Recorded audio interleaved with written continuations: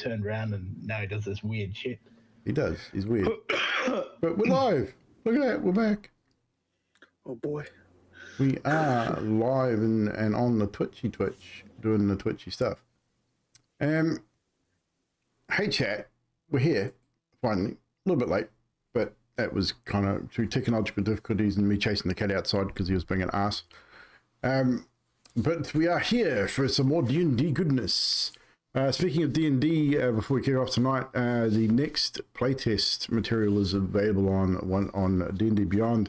And instead of playing Starfield tomorrow, we're going to have a chat about the new playtest. We're going to read through it, get some feedback. I have invited Neon, Grim, and Styx, and Dill, if you want to come and join us as well, to read through it and have a discussion on it and see what we think about any potential changes. I believe there are 3 or 4 classes available. This one, Barbarian and other things. But it is available on D&D Beyond if you want to download it and have a look at it. I haven't looked at it yet. I'm going to pretty much read it out tomorrow on stream. I know Grim's got a fairly good handle on the 2014 Player's Handbook stuff, which is why I've invited Mr. Grim to come and hang out with us while we have a read of this, because I can never remember half the shit. And obviously players and mix of players and DMs. Styx is a DM and a player, so is Grim, and basically Neon as well. He's developing his own game system as we speak. So it'd be good to get some feedback from different people and different opinions. So about 7:30, 8 o'clock tomorrow. Usual start time ish. But just if you turn up when you turn up, just jump in the Discord and we'll have a discussion. So, also too, I owe the stream still 90 push-ups from a series of donations that came through last evening on stream. I wasn't going to try and do them all in one night because I'm not silly and I don't want to hurt myself. I think I got through 50 last night, which was not too bad. So we did receive a couple of subs and donations. That does not apply here on Twitch, so that donations and sub thing doesn't work over here. It is mainly for the kick, but because we're on stream anyway, I'm going to do at least some of them tonight.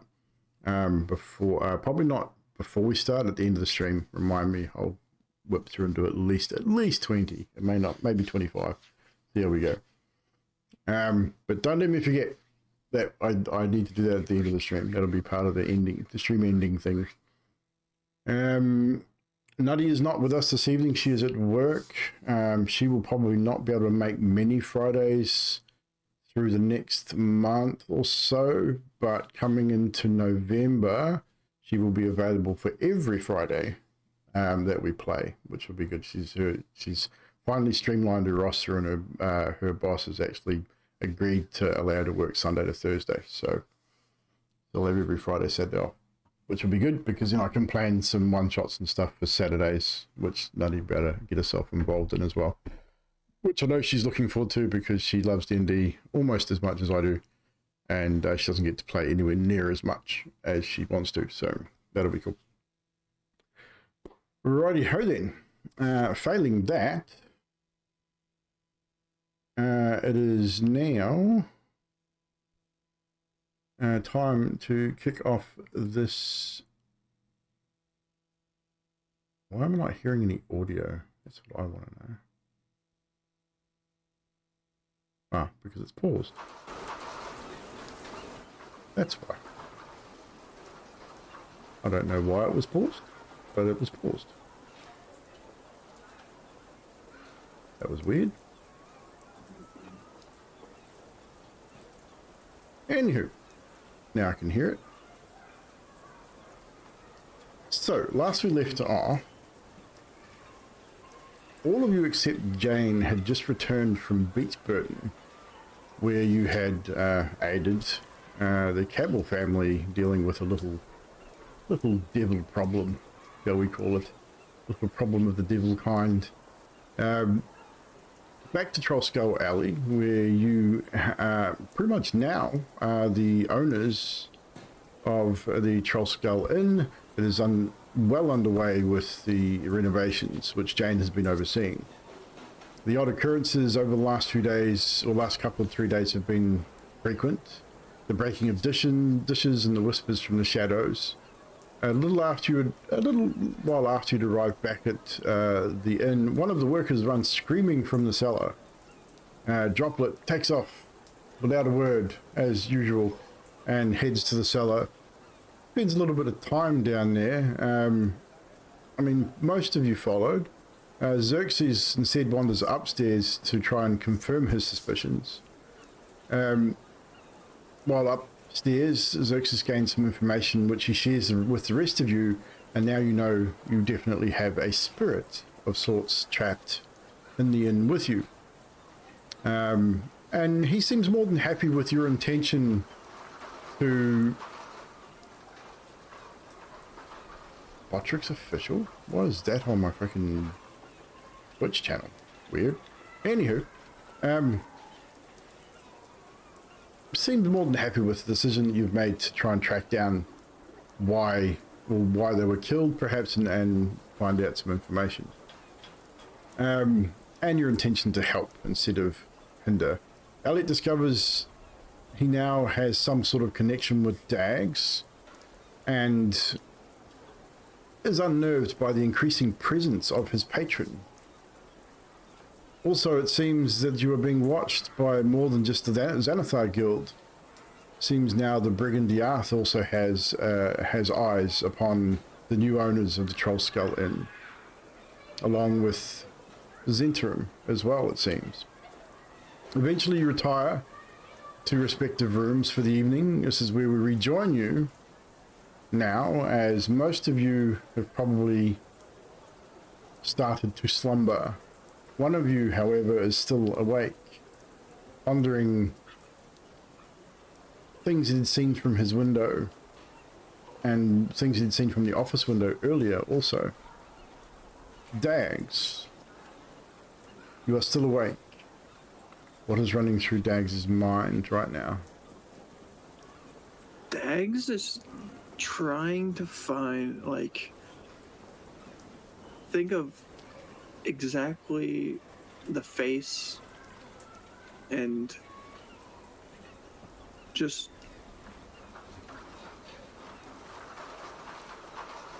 thinking of who he could look into and just all of his options on how he can find this person. So that face that you saw in this vision of sorts earlier that day, trying to place it. You couldn't place it earlier, it was very fleeting. The one thing you did recognize was what he was wearing, obviously. So what I'm going to do, Monsieur Dags, is I will get you to roll that, firstly and foremost.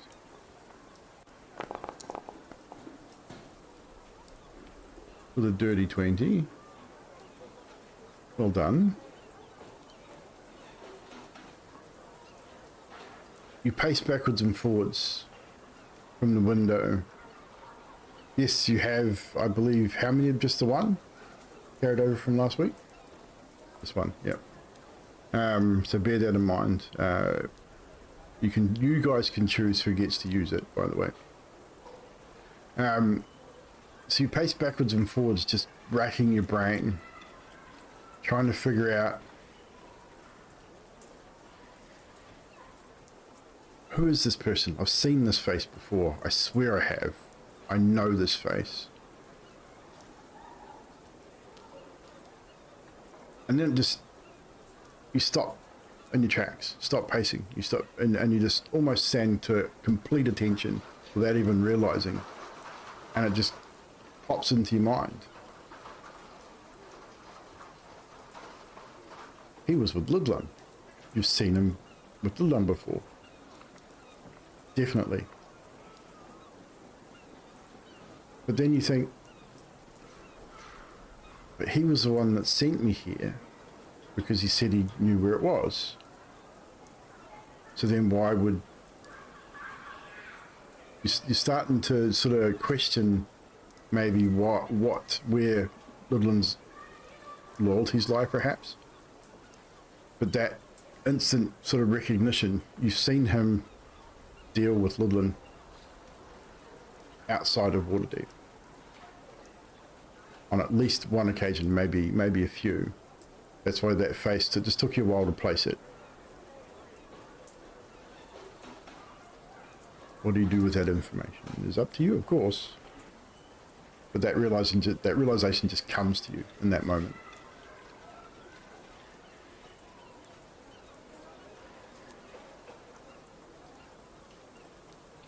I feel like Dags really wouldn't know what to do, in a sense. He'd You know he's in the city. obviously right, and the time has passed since they left. They have definitely left. But I think, well, there's several things that Dags has knowledge of right now. One, when you looked out that window, and just at that moment, just the feeling you had as soon as you hit that vision, you looked out the window and you saw Elliot in the alley talking to somebody. You're obviously not sure that it was through Elliot's eyes that you were seeing at that point. You don't realize that, but you definitely saw Elliot outside talking to someone at the time that the vision came to you. So there's that. You know that Ludland does spend time in Waterdeep from time to time. He travels extensively. He's got a very big network of people that he deals with. It's possible that he's in the city. You know where he would stay if he is in the city. You know he would definitely be there at this time of night if he was here. You have been to Waterdeep a couple of times yourself. You don't have a huge knowledge of the city itself or the factions. You know Droplet's been here for quite some time, and that Droplet has knowledge of the city and knowledge of the factions. He would probably know where someone from the Bregan D'aerthe would hang out. There's many dives, not unlike the Zentrum bar that you had been earlier.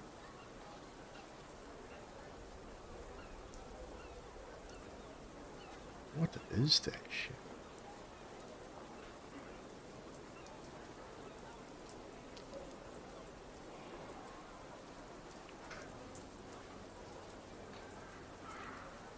Sorry, I'm going to get rid of that. I don't have a Botrix official as a moderator on my channel. That's weird.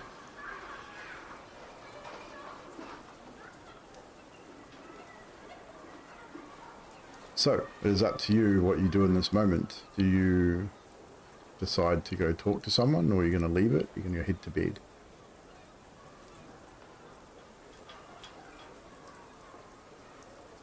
I think Dags would go and wake up Droplet. Now that is amazing, I must say. Yeah, that's really odd. I do not have...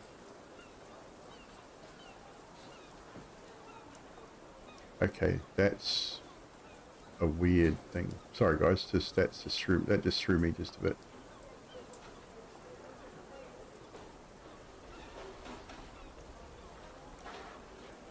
But that Botrix official is not a moderator. That sword, they're not a moderator on my channel. That's weird. And they spelled official wrong. I know, which is why I've just timed them out, and if they come back again, I'll fucking delete them, ban them as well. Welcome in, everyone. Sorry, I got distracted there for a moment. So you're gonna go wake up Droplet. Yeah. This is going to be interesting. Yep. So, you know where Droplet's taken the heist, the room towards the front of the inn, which has the big bay window.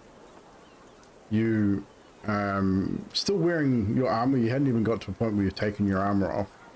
You're still wearing your full armor. You wander out onto the little landing, and you walk around and you get to Droplet's door. I would hazard against the Droplet's door's not closed. Like, he didn't... I mean, how do you think the Droplet would have a closed door policy on his room? Or no? I mean, I know Droplet's perched on the windowsill right now. I suppose it really depends how comfortable he's gotten with the crew. Because he would have been taught to keep his room secure in Waterdeep while he was traveling alone. You've only been with this group for a short time.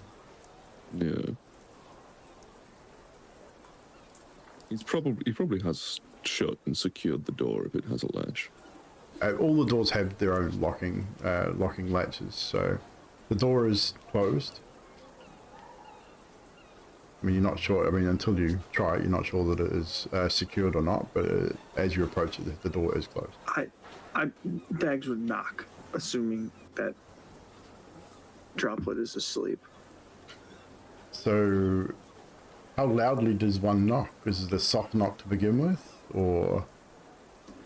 Yeah, it's probably to try to not be super loud. Okay, so how light of a sleeper is Droplet, do you think? I mean, he is a bounty hunter. He's also a monk. So do you believe that he would be a super deep sleeper or no? Where do you find your passive perception on this? Your passive perception is 13. But on your character sheet, just for future reference, your passives are next to your roll one. So if you go down and find perception in your skills section, to the far right, you'll see a number in brackets. To the right of it, there's a number in brackets. Very good. So yeah, if you find perception in your skills on your main attributes page, and then wisdom +3, and then in the bracket, there's a number in brackets, that's your passive. So yours is 13. Beautiful. So it's slightly above average. He'd be a little bit more aware. Yeah. Plus he's not deep sleeping anyway. I'd say you would probably just a light knock on your door. It would at least rouse Droplet. He might not look, but his eyes would pop open, staring out into the street. And a little bit of moonlight. It's a little cloudy this evening. It's a little bit of moonlight sort of coming through. What you would see is perched on the windowsill of this bay, sort of rounded bay window, is a little dark, feathered figure. Soft knock at the door, and then the eyes just pop open and blink a couple of times. The bright white eyes that catch the moonlight. You probably get a little bit of eye shine for anyone sort of seeing from the outside. That knock comes softly again as Dags knocks again at the door, after not hearing a response initially. So you sort of come to consciousness, you would realise that, okay, there's someone it's my door. Oh, it's not from outside. At which point Droplet's head would just turn, look over his shoulder at the door. His body would then spin round to catch up and hop off the windowsill perch. And he would do that "I'm trying to look like a real man" walk over to his door. Sort of that half sideways skip first, then into a more humanoid stroll, heading towards the door. You ever seen a bird that really straight-legged, just try and walk? Yeah, a little bit like that. You reach your door. Do you unlatch it? Do you open it fully? How do you answer your door? Would unlatch the door and just open it a crack so you can see one eye just blinking at you through the crack of the door. The soft until light he from realized it was the Dags. the soft light from the lanterns that are being turned down but not completely extinguished in the hallway to give some light. Sort of flickers through the door as you open it, and you see your friend Dags standing in the hallway, still fully dressed, isn't de-robed, de-armored, Once he realizes it's Dags, and he realizes that Dags is in full equipment, Droplet would just hop back, pull the door wide open, and pick up his katana. Which I say, It's like which I would say reporting would for not duty, be, sir. which would not be too far away from him at the best of times. So, Dags. Droplet. Do you know of the Bregan D'aerthe? Droplet just kind of stares at you for a minute, head cocked slightly to the side.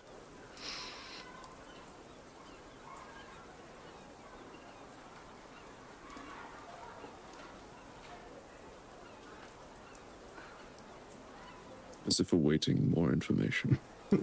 I need to find one.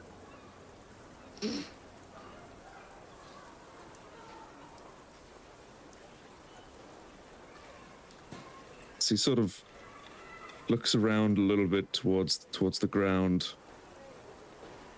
He just picks his head back up and drops his beak and just goes. Eyes sort of a little shiftily confused. You missed a spot? The thing that I'm missing, they have, and I need it back.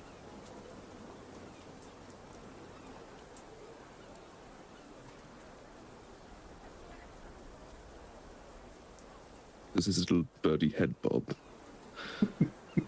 Anything worth doing is worth doing poorly.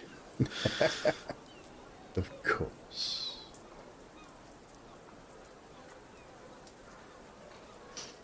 Do you think you can help me find them, Droplet?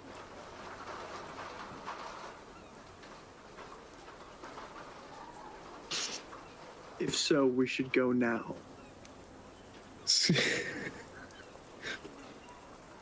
He places the end of his sheath katana on the ground and stiffens slightly, stares you right in the eyes, and you just hear a voice come forth that just goes, "I will see it done." And then takes off down the stairs. I dare say Dags would follow hurriedly behind him. Just for context as well, just for a little bit of context for the viewers and what's going on. Dags, do you describe the face you saw to Droplet to give him more information to go on as you were traveling and leaving the inn? Yeah, I would describe the drow. You would describe the drow. I would say Droplet would need no history check, as the description is given to you, Droplet, which is in reasonable detail, as Dags got a very good look at this particular person's face in this vision/memory. And you recognize the description almost immediately. You've seen this person twice before, in fact, in the recent days.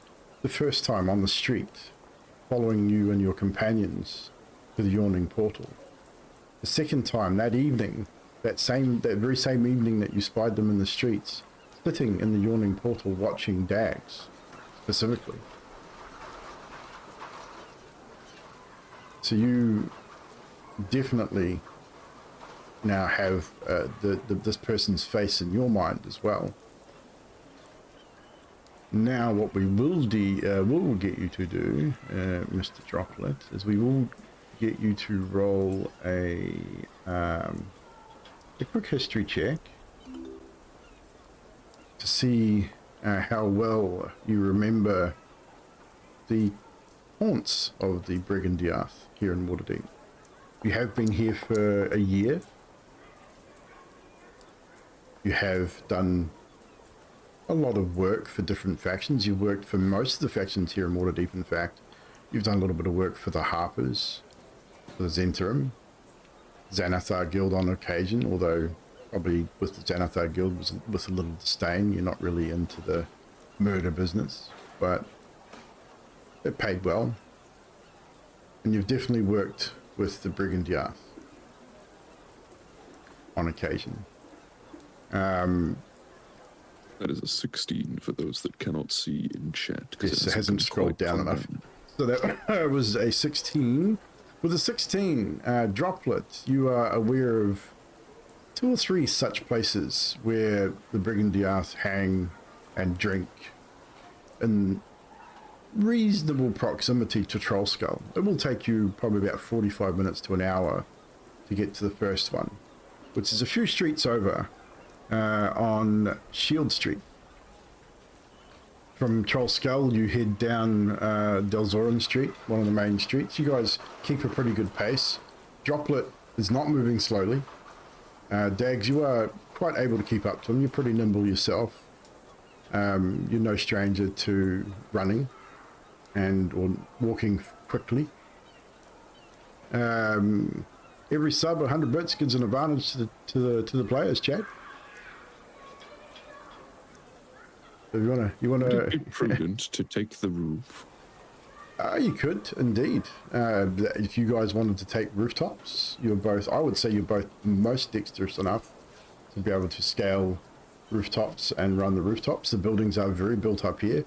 There would be a couple of occasions you would have to come down off a rooftop to cross a main road, but for the most part, you could stick to rooftops if you wished it.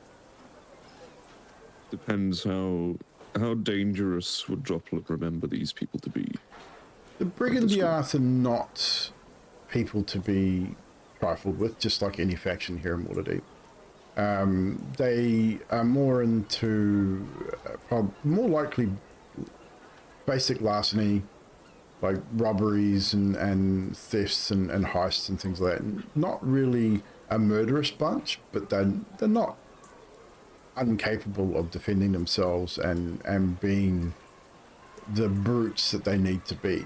I mean, they are essentially criminals in Waterdeep, just like the Xanathar Guild and the Zhentarim. Xanathar Guild are definitely more bloodthirsty. So the Bregan D'aerthe are less prone to be quick to violence than the other factions, but you know that they're dangerous enough. In which case, darting down the stairs is a poor choice for Droplet. You'd turn around and go out the bay window.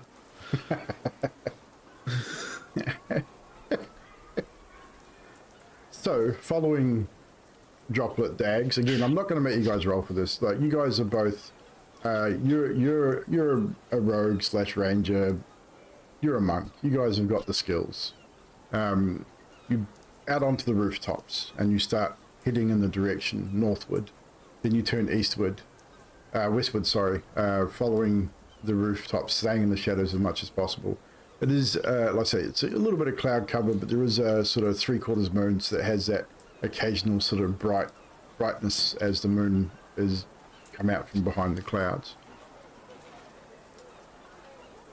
Half hour, 45 minutes, you eventually come to the intersection at Shield Street and Delzoran Streets. You go northward up Shield Street and down a small alley.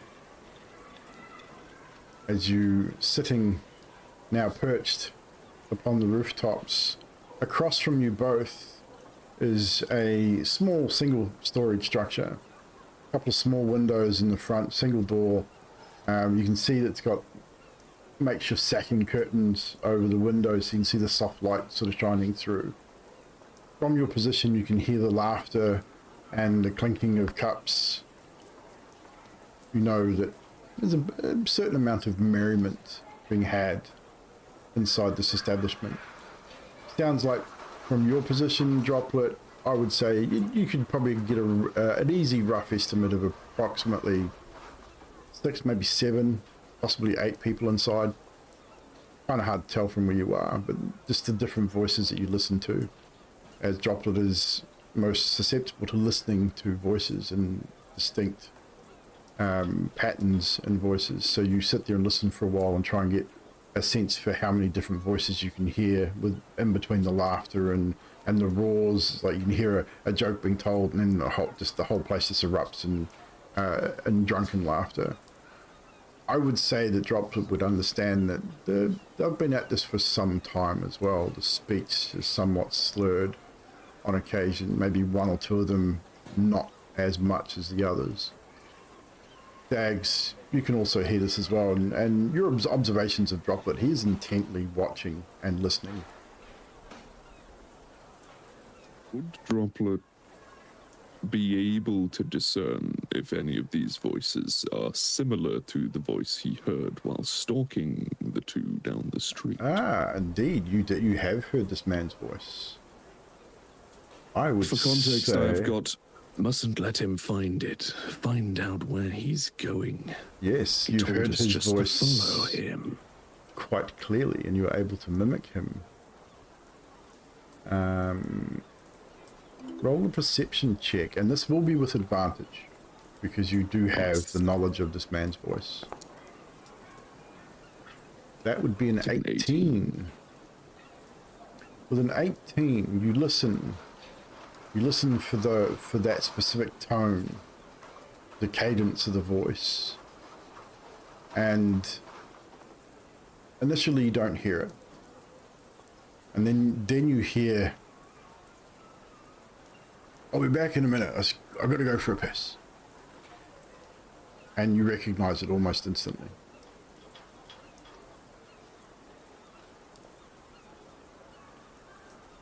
Well, Droplet's gonna see if he can track where this guy's going for a piss.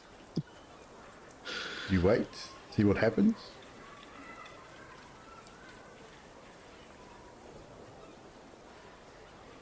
Would I know that they're probably going for a piss outside? 100%. Like, these guys have got no decorum whatsoever, and there'll be no urinal, or there's no toilet inside these establishments. Most toilets are outhouses, usually down behind or beside businesses like this. But you know these guys. These are criminals. They're not exactly the smartest criminals either. Some of the Bregan D'aerthe are a bit stupid, as some criminals are. And as you sort of pondering sort of where this outhouse might be, the front door swings open, and you both see this gentleman, well, this person, hood's down. Can't really see his facial features because the light's behind him as he exits the building. Turns to his left, which would be your right. Semi-staggers down to the right of the building and dips down an alley on the right-hand side of the building. And then is gone in shadow. What do you do? Would I have noticed the necklace at all on his neck when he came out? Ooh, another good question. Let's go. Let's go perception for you.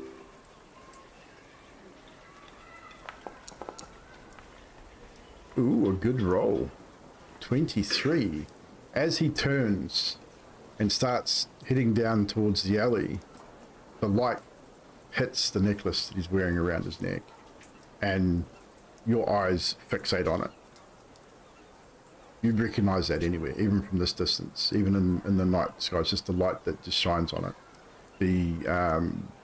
You describe what it is. You describe what you see, just so the chat understands, even So, Droplet. Because Droplet would it's probably like spy it as well. It's like a silver elven leaf with like an opal. So it's a basic elven like necklace with an opal. It in the would look center. unusual on a human, for sure. Yeah. And this man is definitely human. It's just, yeah, it's that elven design stands out quite severely. So what do you do? Seeing that, I would be going to the ground. What does Droplet Droplet's do? already moving around as well. But Droplet's going to do it as stealthily as he can. Just sneak up behind this guy. So you're both on the now going to ground, moving to accost or somewhat deal with this person from behind in stealth mode. So I'll get a stealth check from you both. 1 second. We get a Dags and a Droplet.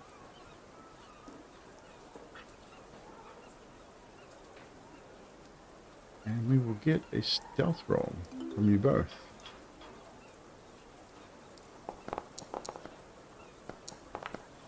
Got an 11 from Dags and a 14. Not great stealth rolls, but he is a little intoxicated.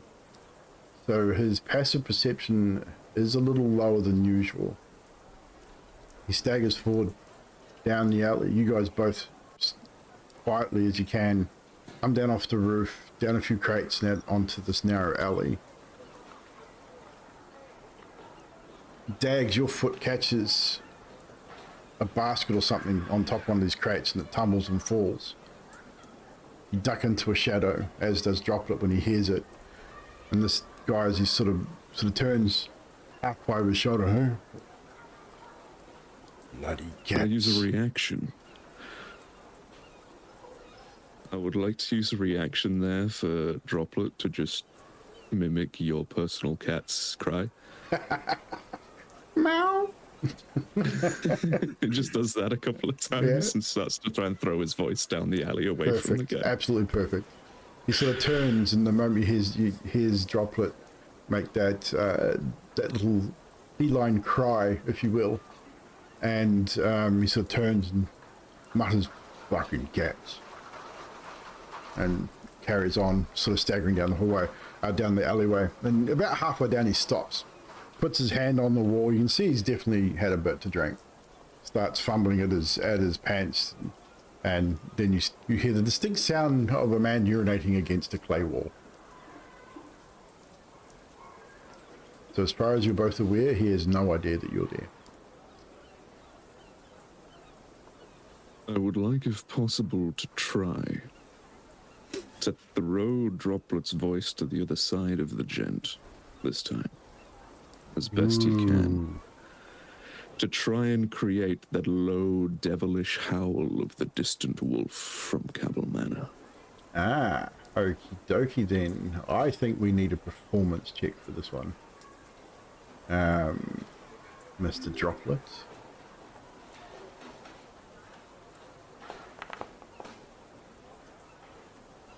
Not Would like great. to use an advantage. You have it to use if the team's willing to. I mean, I'm fine with it. okay. So I will get you to roll that again. Just give me 1 second.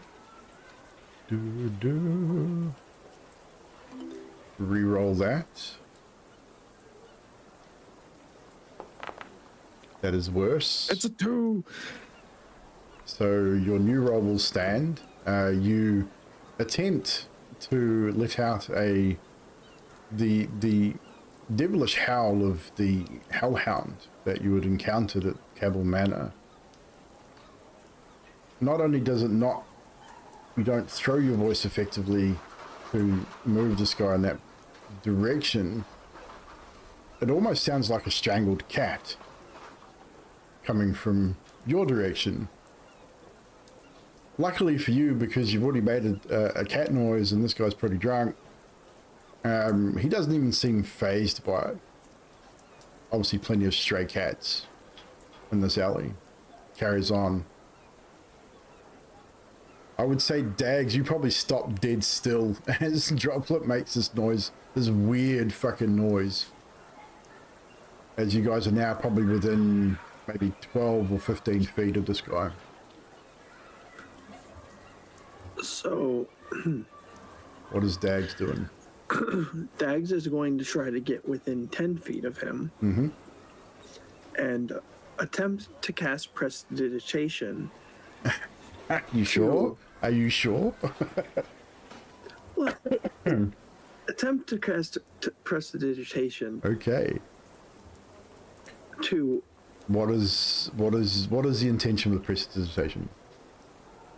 I'm going to have a shower of sparks come like out of like a barrel nearby or something to On get the him opposite, to look. to turn that way? Yes, on Okay. the opposite side. Yeah. Okay. Okie dokie. So, I need you to roll a d6. So at the bottom of the chat there, just choose the d6 and roll that.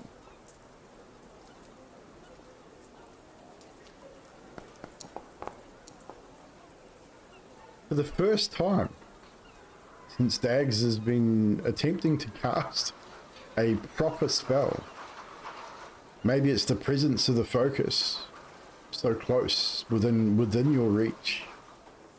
You concentrate, you focus hard, and you reach your hand out, and you feel that arcane energy release from your palm. A shower of sparks comes from a barrel about 10 feet on the opposite side of this guy, and he sort of stumbles and turns. Now he's got it. Now he's fully facing away from you, focused down the alleyway, sort of leaning. Who's there? Don't fuck with me, I'll fucking cut your throat. He's sort of looking, trying to, you can't really tell, he's trying to see who's there. He just gave advantage to the DM. Gung ho, thanks. Wrong one.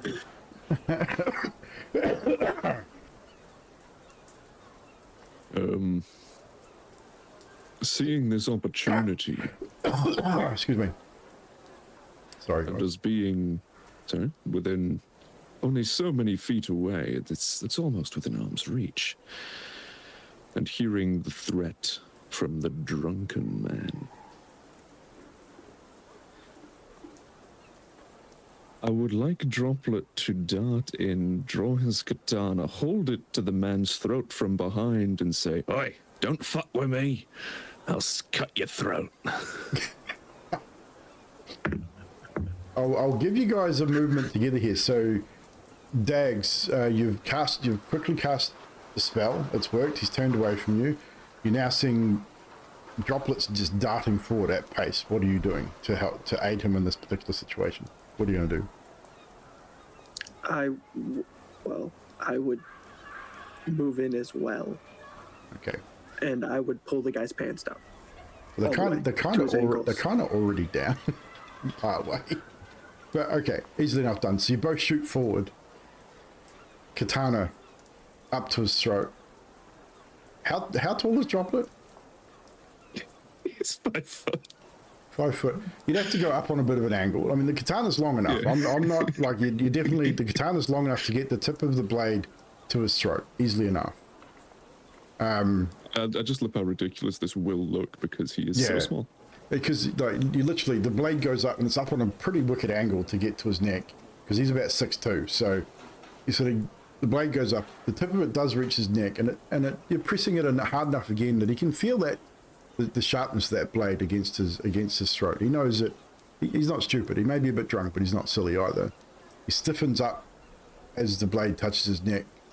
You make the statement, and you hear him go, "Huh?" As in he's just hearing his own voice back to him, which is kind of odd in itself. Dags, you then come up behind him, pull his trowel down to his ankle, and he sort of goes to look down, and he realizes he's got a blade in his neck, and sort of stops as the blade digs in and draws a little bit of blood as he sort of leans forward. And now he's got his arms out, and he sort of says,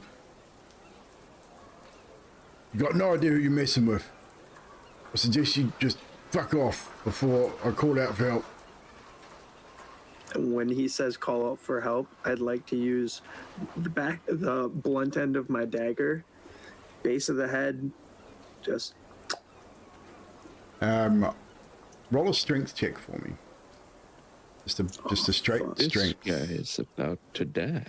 The DC is low because he is intoxicated. That's still a low roll.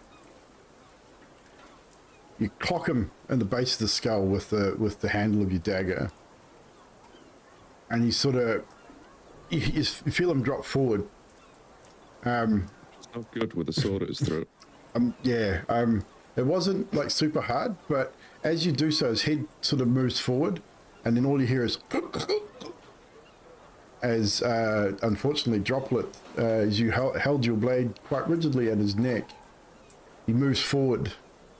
The razor sharp katana sinks into the man's throat, severing his carotid artery. Spray of blood that now is jetted from his neck all over Droplet.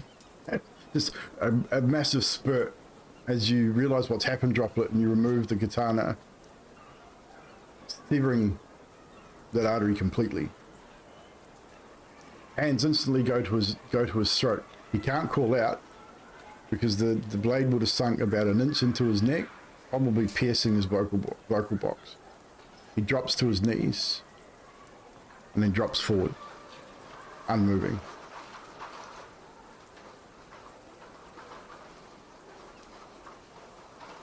How does Droplet react to that? Droplet takes a moment to just look at Dags like, huh? And then leans down to the body, who I assume is probably still on the last verges of death. Yeah, you can hear the gurgling from the blood that is now draining from his body. It's the pool of blood under his head is growing slightly large, and you can almost see the bubbles in the blood as his life's draining away, but he's almost drowning in his own blood as he's face down in this pool of blood. The bubbles coming up. The sound, it doesn't sound too good either, to be fair. He just drops his beak and he says, I can bring you in warm, or I can bring you in cold. Oh, I love it.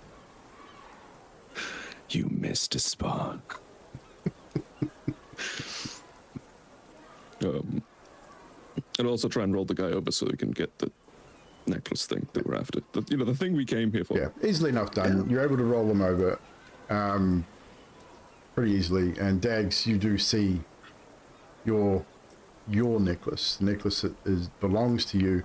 It's now somewhat covered in blood, but it's definitely yours. You are able to retrieve it. I would definitely assume you would clean it before wearing it, but you're able to retrieve it. You will have to wear it overnight before you could reattune to your focus. But you now have your casting focus. I would grab it, and then I would turn to Droplet and say, should we mark him with an X or a Z?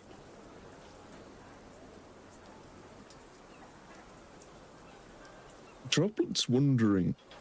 Droplet would know. Yeah, Droplet would know. You've been here long enough. You would know that the guilds don't mark their victims as a general rule.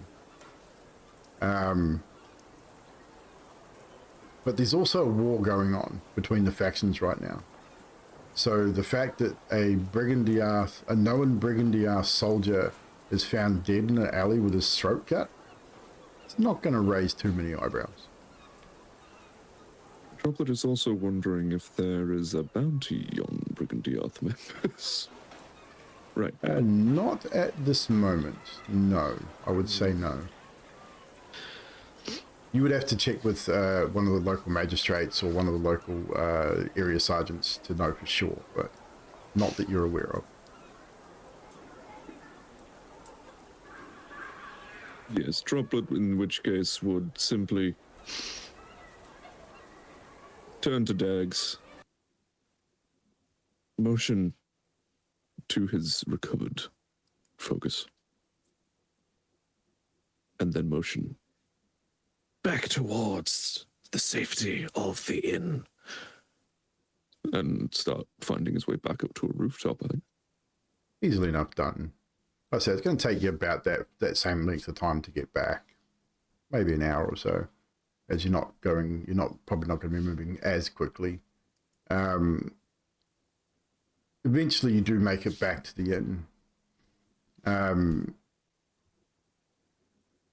What do you do before heading to bed? Any conversation before you guys turn in for the evening? Because this has taken up 2 or 3 hours of your evening. So you both, unless you both sleep in the morning, you both will wake up with a level of exhaustion. As a half-elf, do I need to sleep the whole night? Yes, you do. Only full elves get the, as far as I know, get the, double check your character sheet. I'm pretty sure that you have to be a full elf to get that. Check under your features. Yeah, I don't have the trance. No. So yeah, I'm pretty sure it was you have to be a full elf to get to be able to meditate for the 4 hours.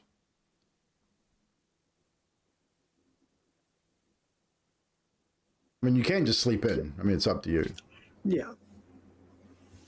I would obviously thank Droplet, but there's not much of a conversation to be had with Droplet. No, not much at all. How does Droplet bid good evening to Dags as you head back to the inn? Is probably more of the point. So I assume you'd come back in through Droplet's window, so. Absolutely, yes. Droplet, get cleaned up. We don't need blood all over the troll skull.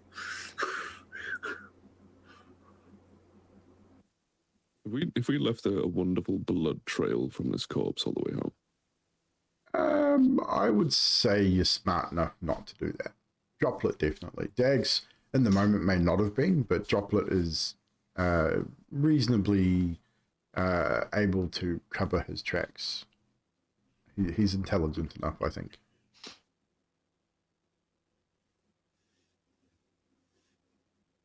Yeah, Droplet's bringing out the famous line once again. Looking at the blood, just sort of lifting his feathered arms a little and seeing the general stained nature of his clothing from tonight's endeavors. Anything worth doing is worth doing poorly. Indeed. And he bids you adieu by turning away, cleaning himself off, and getting on his perch. No worries. And with that, I would close his door and creep back to my room, hoping nobody wakes up to me going back to my room. Looking at people's passives, I think you're fairly safe. But the only one that may notice anything might be Jane, but she probably wouldn't say anything even if she saw you. I mean, she's not your mother. I mean, if you were loud, like super loud and woke her up, she'd probably be a bit pissed off. But I'd say you're pretty good. And we'll leave that there as Dags cleans himself up, doffs his armor, and puts on his arcane focus and turns in for the evening.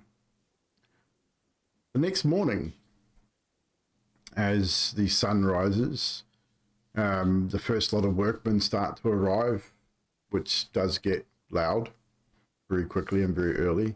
Most of you, I'd say, are reasonably early risers anyway. Elliot, you would probably be the first, besides Jane, to rise. And you notice probably right off the bat, I mean, Xerxes is downstairs anyway in his cellar. But you notice right away that Dags and Droplet's doors are still closed. So they haven't risen yet, or at least you don't believe they've risen. The one thing that you do notice almost immediately as you wake and get dressed and don your armor, you open your door and there's a mirror in both, all your rooms, a standing mirror. And as you sort of pass the mirror, just out of the corner of your eye, you catch a glimpse of yourself in the mirror. And that shadow is there, staring back at you. Figure of your patron, grinning, almost taunting. Oh, fuck off. It's too early for this shit in my head. Oh. Fuck. And he leaves his room. No problem. Xerxes, you rise. Does Xerxes have a morning ritual? As a paladin? He had a night ritual, but I believe you said at the end of last session that there was some disturbance. I left a set of scales set up. Yes, there was a disturbance. And left some flour on the ground. You would wake and find that the flour looks more like ash. It's black, charred. Doesn't smell burnt. Like it's still flour, but it's just blackened.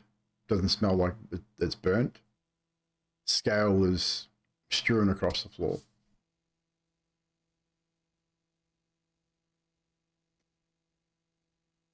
I retrieve the 2 coins that I placed on the scale to represent each time that I've died. Mm-hmm.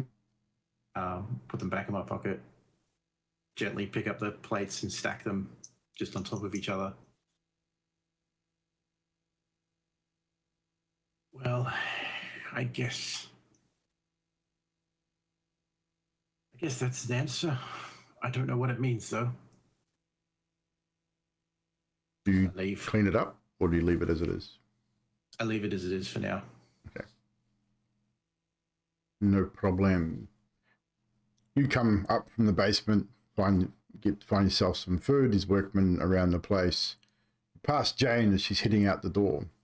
She lets you know, I'm going to head out to the library, see if I can find some more information on Leaf, and maybe head into the business archives as well.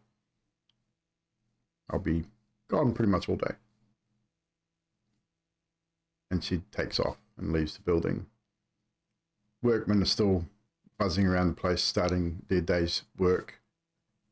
Elliot joins you on the main floor, again looking for coffee, I would imagine, after the previous evening. Trying to relieve his pounding head, which seems to be persisting. Now, with Droplet and Dags, do you guys wake when you hear the noise downstairs? Do you stay in bed, try and rest longer, or do you get up and risk the exhaustion?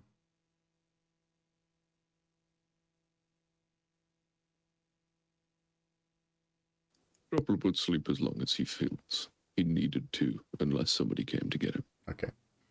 Dags? Dags is gonna sleep in either way. Dags is lazy bones. Okay, so he's gonna, though you both may stay in bed until either someone come and got you or you won't naturally. Easily enough done. Yep. So Xerxes and Elliot, it appears that you're the only two that have risen apart from Jane. I'm assuming Xerxes would let Elliot know that Jane has headed out to do what she said that she would do the day before, leaving you two to converse this morning. Relatively fine day, spring, a little bit of cloud in the sky as it was last night. No spring rain this day.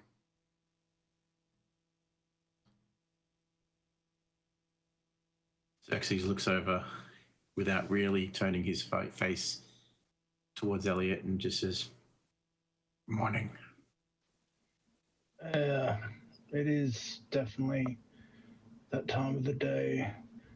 Jane's buggered off again, I see. We're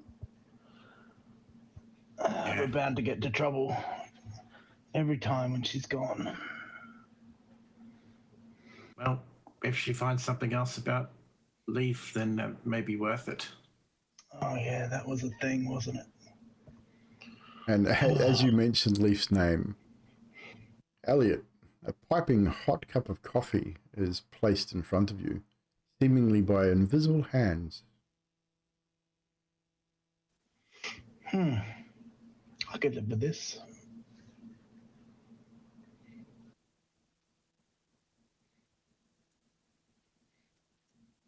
So, Elliot, that thing you do, been doing it for a while. Which one? It's pretty clear you got up on the wrong side of the bed or something. It's never been a right side of the bed for me, Xerxes, I'm afraid. In your mind, Elliot, you hear, I believe he's talking about me and you joining together. The darkness. Exquisite. Recent-ish. It's complicated. Yeah. I suppose you're aware by now, after what I told everybody yesterday about my stance on death. and the ugliness of undeath. I agree with you wholeheartedly, and I'm looking at you. I feel like you're a man who knows a bit about death and undeath. Probably more on the death side.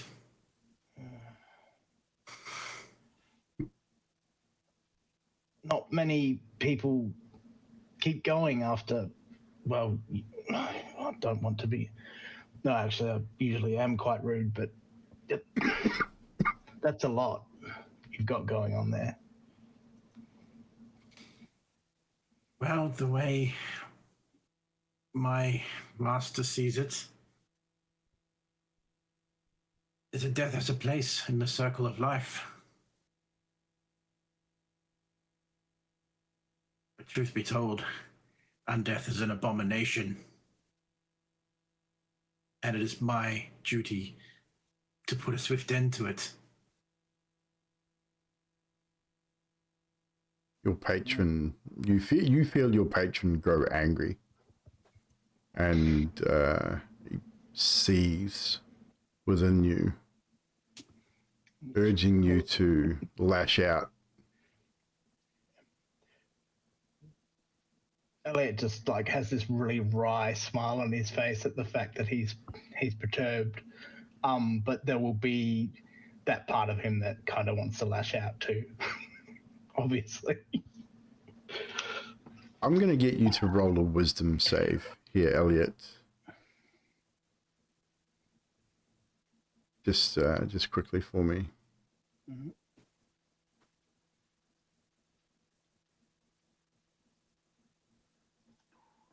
As you have opened yourself fully to your patron and your patron's power. Ooh. That was not good.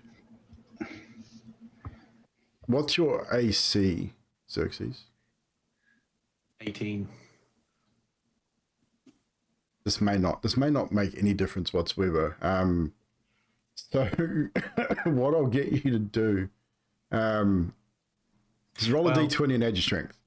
Actually, truth be Elliot. told, I only just rose up from bed. So I you probably wouldn't have your donned my armor armor on. yet. Okay. So Elliot, I'll get you to roll a d20 just to add your strength for me. 6. So it's a -1.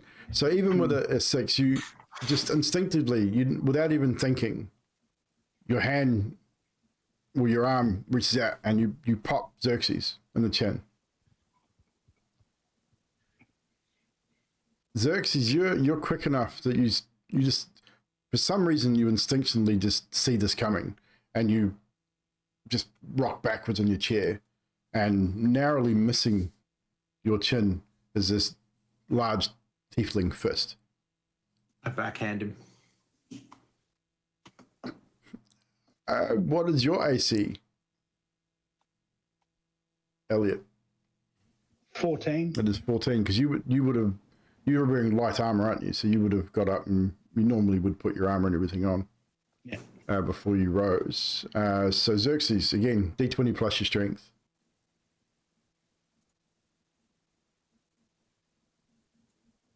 (14) to beat. Natural 20. Holy shit.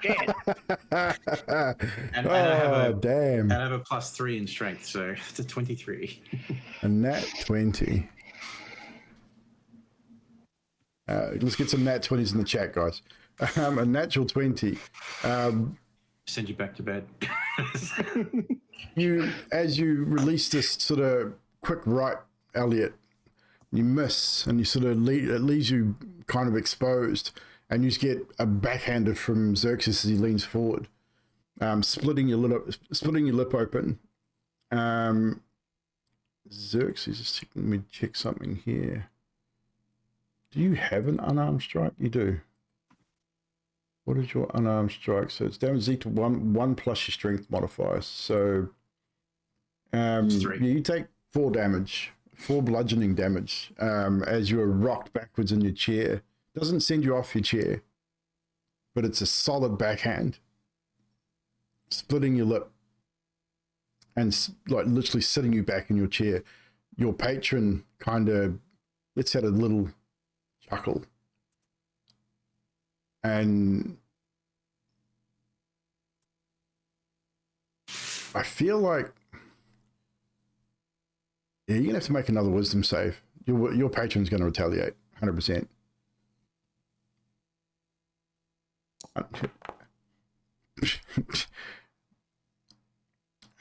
That's a good save. You push back against the patron, willing him to subside, pushing him deep, trying to just ignore the taunts, the will to just charge up an Eldritch blast and send Xerxes across the room. You know you could. The power's there. But you fight back. Hand goes to your lip. It's been a while since you've tasted your own blood.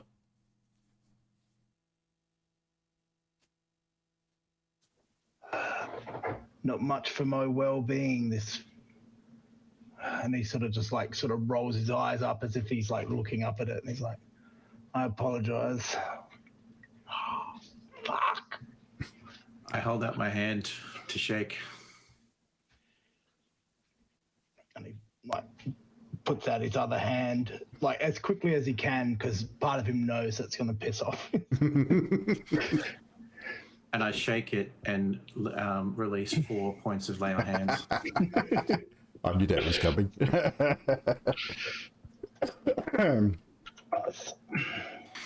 With the 18, your patron seems to have left you alone for the time being. You've been able to push him back, regaining full control. We will deal with that before I'm done.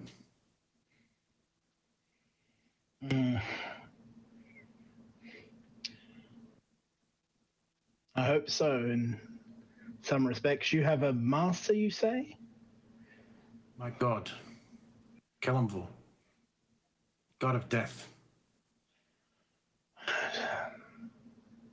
I suppose if anyone can deal with this thing, maybe it's the god of death. Perhaps if I one day become his righteous champion, I will be able to do that on his behalf.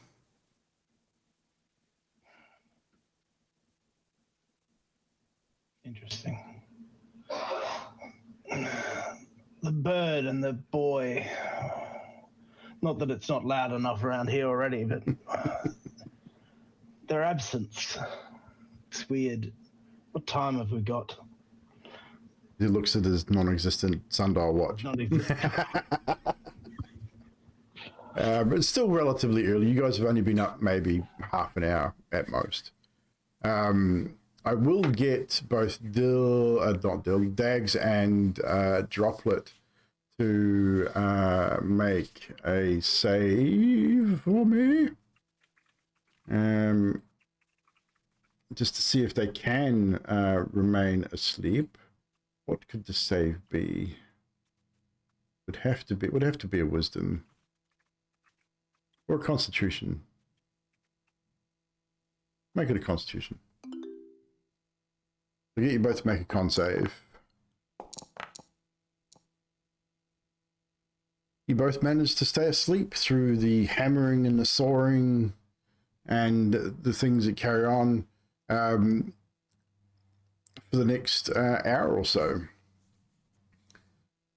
Xerxes and Grim, your conversation continues backwards and forwards, talking about mundane things. After a small while, so I'm assuming Xerxes would eventually go down to his room, put his armor on, prepare yourselves for what may come of this day. You're not entirely sure what you're doing at this point. You're kind of in a little bit of limbo, waiting for potentially another messenger from Xanathar, perhaps, or even as interim, as you know that you are definitely being watched by both.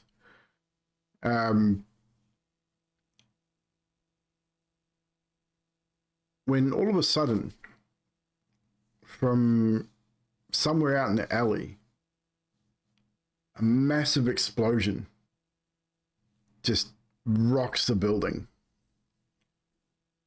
And it is absolutely chaotic. Dust and stuff falls from the ceiling. The building shakes. You can hear cries and screams from men and women out in the alley. Droplet and Dags, you are both just rocked awake with the noise of this explosion and the rocking and the rattling of the building. You both will still suffer your level of exhaustion, as this will rock you out of your slumber before your full 8 hours of rest. It's not going to affect you too much. You're not going to have too many rolls coming up, but you both will have a level of exhaustion as you are both rocked awake. What do? All of you. What the? Jane didn't say anything about that level of renovation, did she?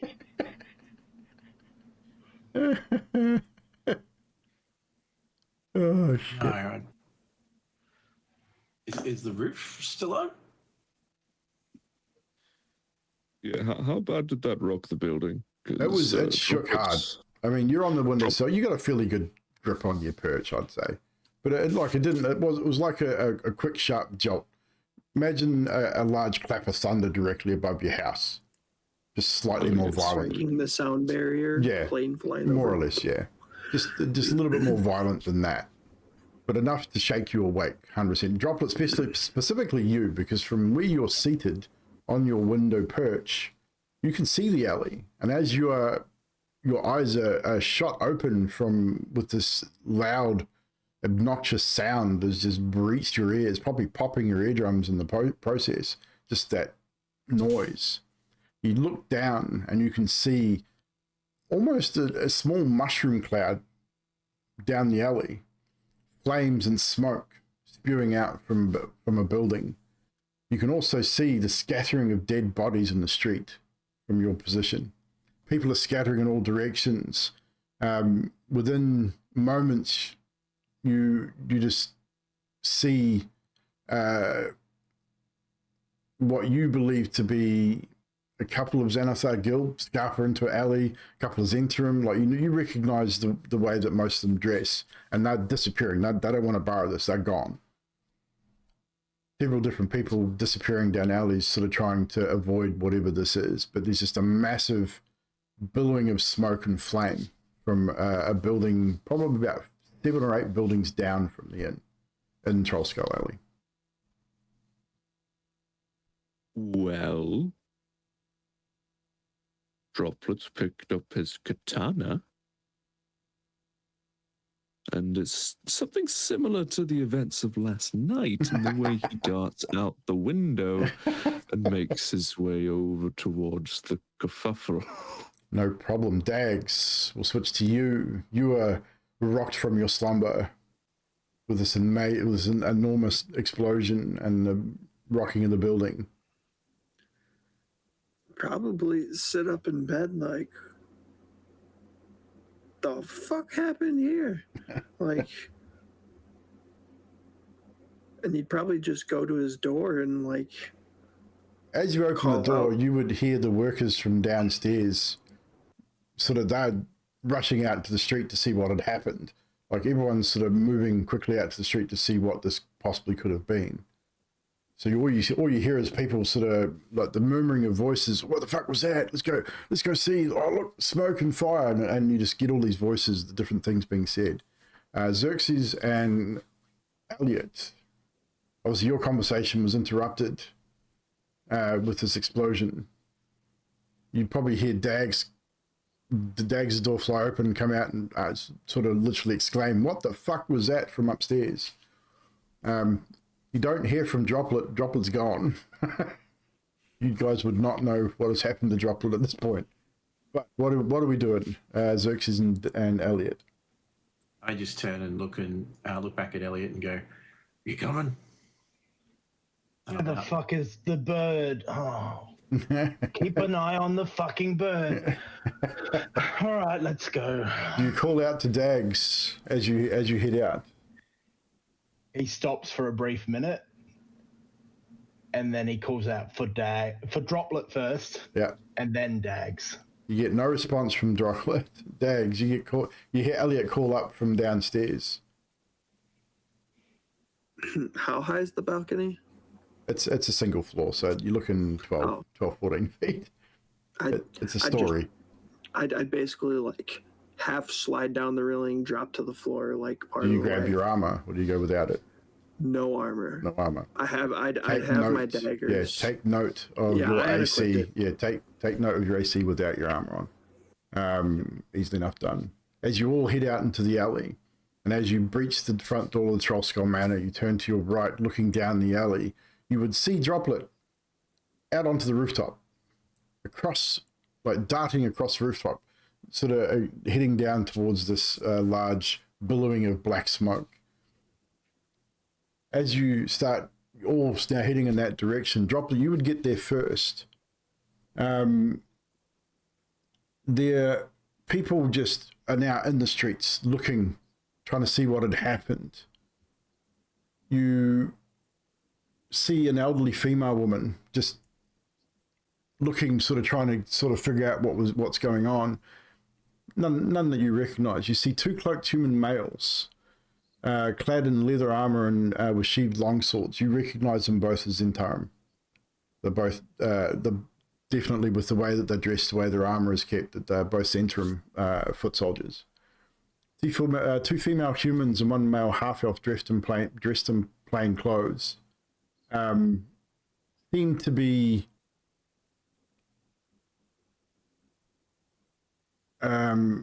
actually, these are not people standing in the street. I lie. These are the dead people that you see. I misread.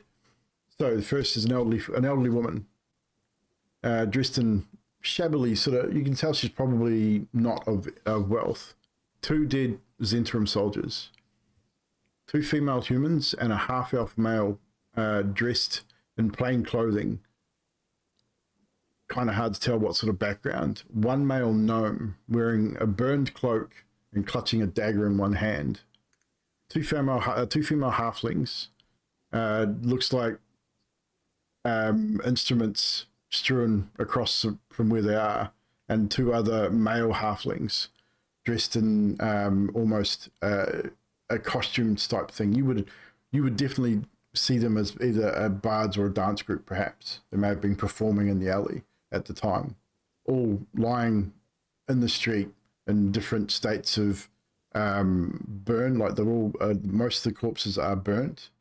The Zentarum soldiers look like they've just been thrown against a wall and been died because of the impact. The explosion was quite severe. The building that looks like would have been ground zero is just literally just destroyed. A stone wall is in absolute rubble. Shards of the beaming from the roof and that all in different directions. But a lot of dead people. Droplet, you would know, and I'd say by now, the short time you've been in Waterdeep, as you guys now approach the scene, seeing the same thing that Droplet's seeing from his elevated position, you've only got moments to investigate the scene before the City Watch turns up, if you so wish to do so. Droplet's first instinct is the gnome with the dagger clutched in his hand has caught his attention as the only one who seemed to be relatively prepared. Mm-hmm. So he would like to investigate this particular body. He's not going to be moving the bodies around or anything like that, but he wants to see if he can observe the scene and try and almost retrace this gnome's steps a little. Roll investigation is you'd have to go down to his body. Yes. So that's easily enough done. So I'll get you to roll investigation there.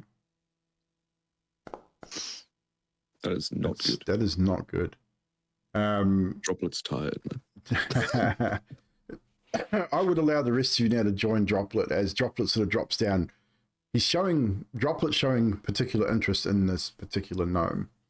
Whether you choose to assist him, which I would allow you to make a group investigation roll, or you just looking at the scene. There's a lot of other people now starting to mill around, looky-loos, people trying to figure out what's happened. We shouldn't be here, but if you insist on poking around and getting yourselves into trouble, hurry up about it. Knowing so far that some things that Droplet likes to look at are probably only worth looking at for him, but otherwise some things he looks at are actually kind of important, I will take a look briefly. Okay, so you can either make an assisted investigation roll, Xerxes, with or Droplet. So you guys can choose who's going to make this next investigation roll. You may do this if you wish. So make it with advantage as you are assisted. Better. So as you kneel down, Xerxes, you notice that the dagger is a very fine dagger. It's not a cheap piece of steel. It is reasonably finely made. The cloak, the clothing, not unlike something that maybe Raynar Neverember would possibly wear. He could be of noble blood, which is a concern, because all of you know that killing a nobleman in Waterdeep is a crime, and you can go to jail for a long time for that. He has a pouch on his belt. He also has what looks to be, as you get closer with a 14, you would recognize it, Xerxes, well, probably because you're the closest, and even Droplet, you'd probably get to the point where you'd notice this too. He's got stuff on his boots and the bottom of his cloak that would suggest he's been in the sewer recently, which is unusual because no one really goes into the sewer unless you're going there for a purpose. You don't just go into the sewer.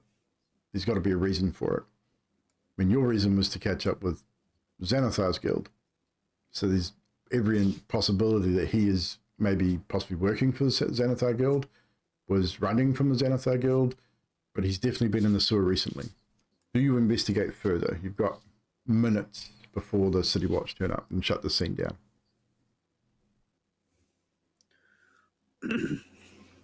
I think I'd try and get a gauge of everybody else around. Are they just in panic mode? A lot of people are just looking at the building. They go, oh, like people are trying to put the fire out to stop it from spreading. It's pretty chaotic. There's a few people sort of looking at the bodies, just going, oh, wow, look, there's interim there. And like they're just trying to, no one's really focused on you guys specifically at this point. Not that you're aware of. Like to attempt to swap his dagger with my dagger. I can tell you just without making a roll that you would know that it's nothing better than what you already have. It's still a mundane dagger. No. It's just nice. I'm just trying to, maybe it's like linking to him, so then we still know who it was. Okay. You can make a sleight of hand, and it's easy enough. And if you want to try and steal his dagger. And I'd probably go around and see if any of the Zentarum dead faces that I recognize. No, just a straight roll. Correct. Well, with exhaustion, right? With exhaustion, yes. Yes, it's an ability check, so it will be with disadvantage. I could have added that, and you would have done it naturally. Oh, look at that. That would have been a nat 20. Oh, what a shame. Yeah. But it's still a 10. You get it. You hear behind you. Hey, that guy's stealing from the dead.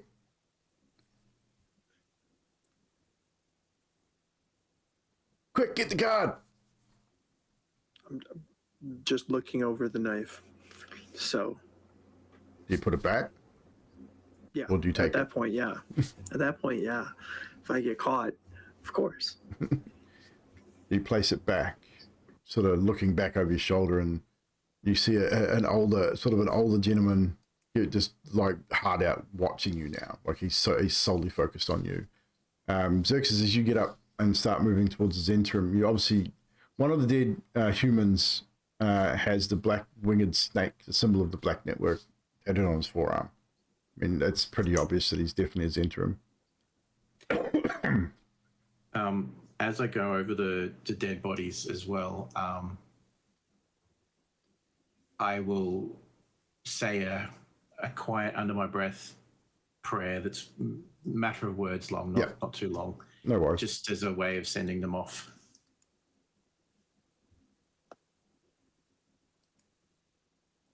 So, anything else you want to do before the City Watch arrives? You've got not much time. Are we done here? They will be here soon, quickly. What about the source of the explosion? Would we be able to figure out where exactly it happened? We will see. This is going to be a roll for Droplet since you asked for it. With exhaustion. It will be with exhaustion, so it will be at disadvantage, and it's going to be one of those because the source of explosion doesn't seem natural. This ain't gonna go well. No, it's not. Yeah, it's a 3. Hard to tell. It doesn't, like, there's no powder burns. That's one thing you do notice. I'll give you that. Doesn't look like it was it wasn't gunpowder or anything like that. It wasn't any kind of explosive that you can tell. So Droplet will just keep, for the purposes of the narrative here, he's moving around the area where it looks as though the explosion should have come from. And he's just sort of picking at the dirt and sort of rubbing it between his fingers and looking at it and just going around and picking it up somewhere else and looking at it. Just,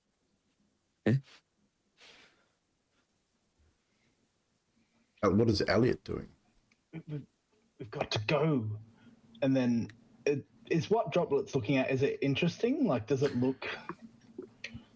It's kind of hard to tell with Droplet a lot of the time what he's actually doing. Like, to you, at a glance, it looks like he's just playing with the dirt and the rubble that's on the ground, like near this burning building, which he doesn't want to get too close to because it's still burning and it's hot and people are trying to put it out.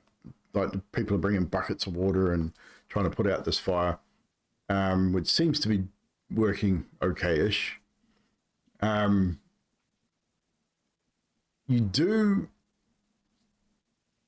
Yeah, it's pretty much what you get from that. Like, there's not much else going on. It's just a lot of people starting to mill around. People are starting to say, stand back, wait for the guard to get here, kind of thing. Don't touch anything. People sort of know the routines of these sort of incidences. You realize we have dirt at home. Lots of dirt. All the dirt you could ever need. We should go. This is not going to aid us in any way. Droplet. Droplet just sort of looks over at Elliot, half bent over, still sprinkling some dirt and looking at it, but just turns his head, still sprinkling the dirt. And then as soon as the dirt is finished sprinkling is from his fingers and he's no longer got any dirt to sprinkle, he straightens up when he does that stiff-legged, I'm a real man walk over to Elliot. Shit.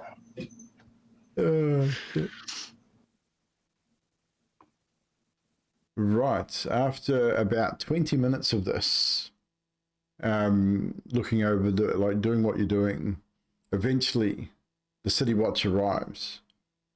There is a guards posted at either end of the alley, 6 on each end, stopping people from coming or going until they've been spoken to. The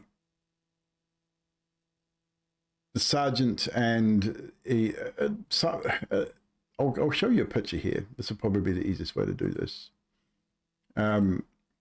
You've got and I'll show the chat as well. We'll go to the battle scene here just quickly. So as the guards are posted, you've got this sergeant who's being accompanied by a little short, stout man, beard, glasses, cane, and they appear to be sort of everyone's being pushed away, and one's got a notebook, and you got this dude with the glasses is taking particular notice of each body as he passes, and it appears that it's Droplet. You would probably know not so much know who he is, but know what his job is. He's an investigator. Like the City Watch, the ones that normally clean up the aftermath and deal with the criminal element, arrests, and all that sort of stuff. This particular man you've seen before investigating other scenes of crimes. He has obviously a particular set of skills which enable him to deduce certain things. Not Sherlock Holmes, not like Sherlock Holmes or anything like that, but just he is the investigator. He's the intelligent person in this particular situation. So the City Watch Sergeant, you Droplet also would know is from this area because you spent a little bit of time in this. This is Sean Cromley. He's a regular sergeant in Trollskull Alley, specifically in this area. And the gentleman that he is escorting is from the Watchful Order of the Magisters and Protectors. So this is the investigator that they've sent to investigate what's going on here. You hear him not shouting or barking orders, but speaking in a very authoritative voice, orders to Sergeant Cromley and other guards to secure the area. No one in, no one out. We're going to figure out what's going on here. So, within the next sort of 10 or so minutes, you got the 6 posted at either end of the alley, and then another 20 guards are brought into the alley to line people up ready to be spoken to. You guys are also swept up in this rabble of people and are waiting essentially to be questioned. This takes about maybe 45 minutes or so before the 2 reach you. You can see that this individual, the investigator, inspects each body very closely. Takes about 5 or 10 minutes with each body before allowing the guards to cover the bodies and then start to remove them.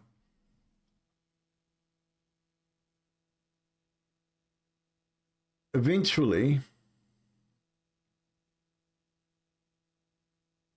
they get to you.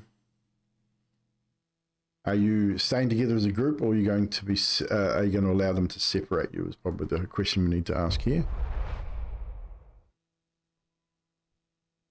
Because it's not like they're trying to separate you.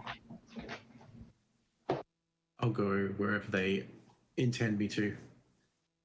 Yeah, Droplet would allow himself to be guided wherever they wish to. So they see that you're sort of milling together as a group, and they sort of the soldiers sort of grab you and say, "Right, Investigator Barnabas wants to speak to you. Are you together? Did you see anything? Yes. Right, over here." No. And he sort of bundles you all together. And Barnabas sort of got his cane, walks up to you guys, then hand on his cane and sort of looks you up and down and says, "All right, I'm Investigator Barnabas, and we're going to get to the bottom of this. Firstly, you there." And he points to you, Dags. "I have a witness that says you were tampering with the gnome's body. Why did you do that? Why did you touch it?" I was curious as to why he had a dagger out and was looking at it. You know that curiosity killed the cat, yes. It's not wise to be curious at a crime scene. Clearly, there's been a rather heinous event take place here, and many people are dead. And you think that being curious gives you the right to move the deceased's belongings?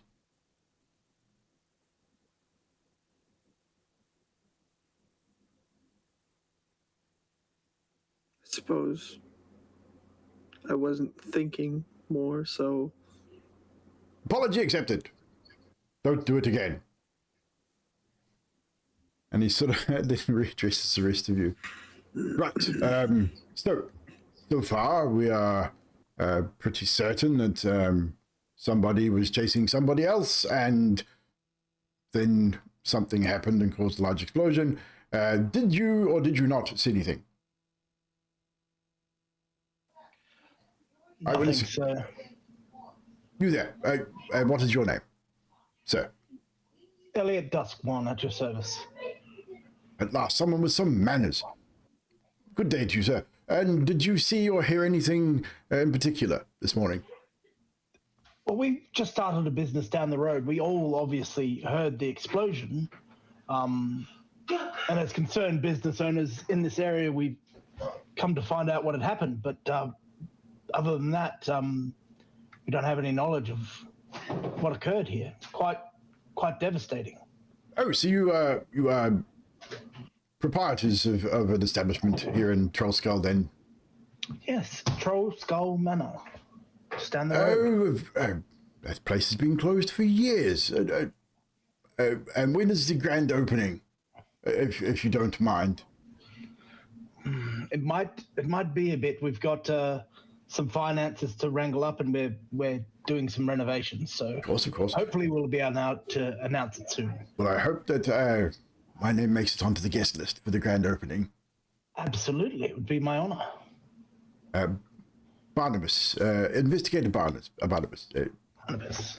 Right. But back to business. So, you heard the explosion, and then you came to investigate, clearly, because it is what one would do in such a situation. And what did you find when you arrived here? Apart from the burning building and things.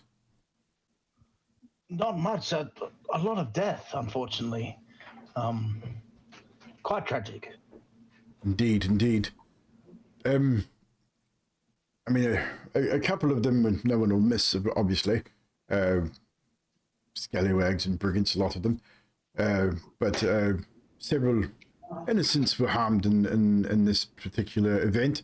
So we will get to the bottom of it, and we will make sure that Trollskull Alley is quite safe for you and your patrons when you do open, of course. And you there. Oh my gosh. Are you okay? Looking at you, Xerxes, the mask, so that you sort of he's giving a bit of a concerned look. I've been better, but it's just the way I am these days, Your Majesty. And you can corroborate your friend's story here that what he says is true and not false. Friend is probably a bit of a stretch. Maybe acquaintances at this point. Are you not business partners? I am not. No. So you do not own an establishment here in Trollskull. So what is your purpose here in Trollskull Alley? What were you doing this morning specifically?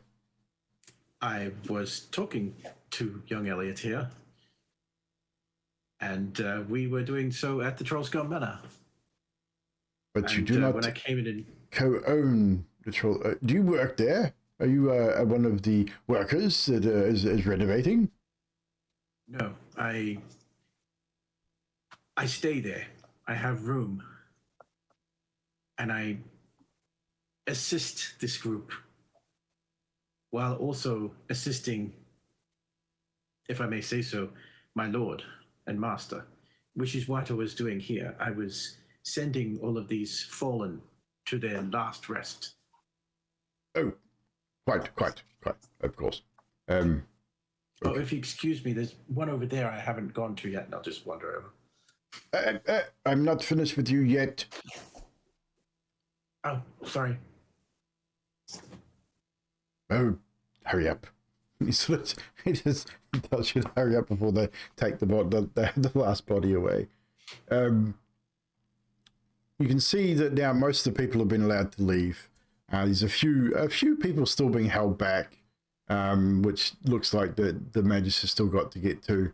But eventually he concludes that you can't have possibly had anything to do with it. Obviously, I mean, who would set a fireball off or any kind of explosion off and so close to their own business or their own place of rest?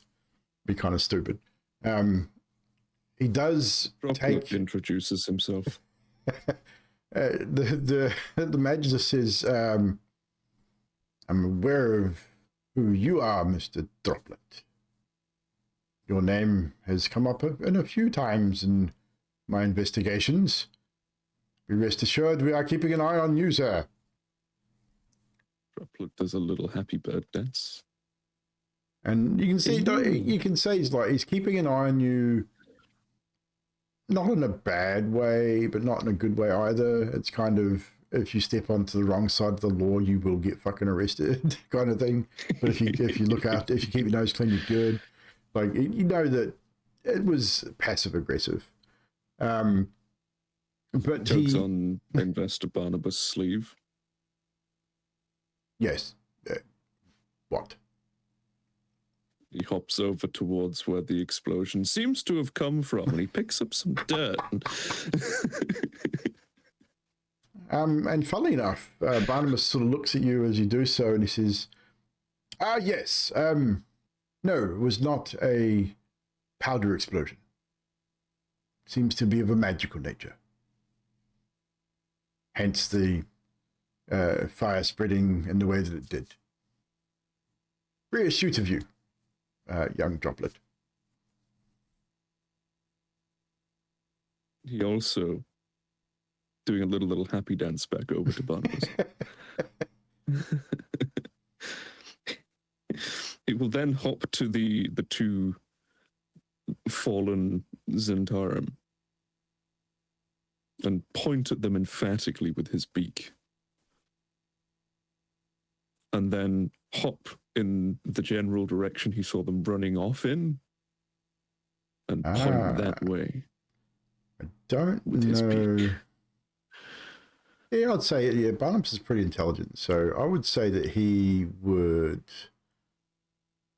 then turn to Sergeant Comley and Sergeant, you may want to canvass the area for more Zentarum foot soldiers, just in case. And Droplet will also go back to the Zentarum, point his beak emphatically, and shake side to side vigorously, and point off in the other direction where he saw different people running away. I don't think he'll get that one. I think it might be a bit of a stretch. He nods at you and says, we'll get on to that. Post haste. Droplet's work here is done. So, I will give you all an opportunity here to ignore Jane's one, which I can probably remove Jane from this section. I'll get you all to roll a perception check for me.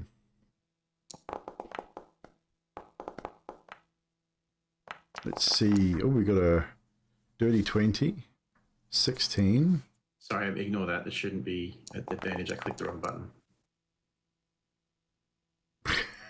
That's all good.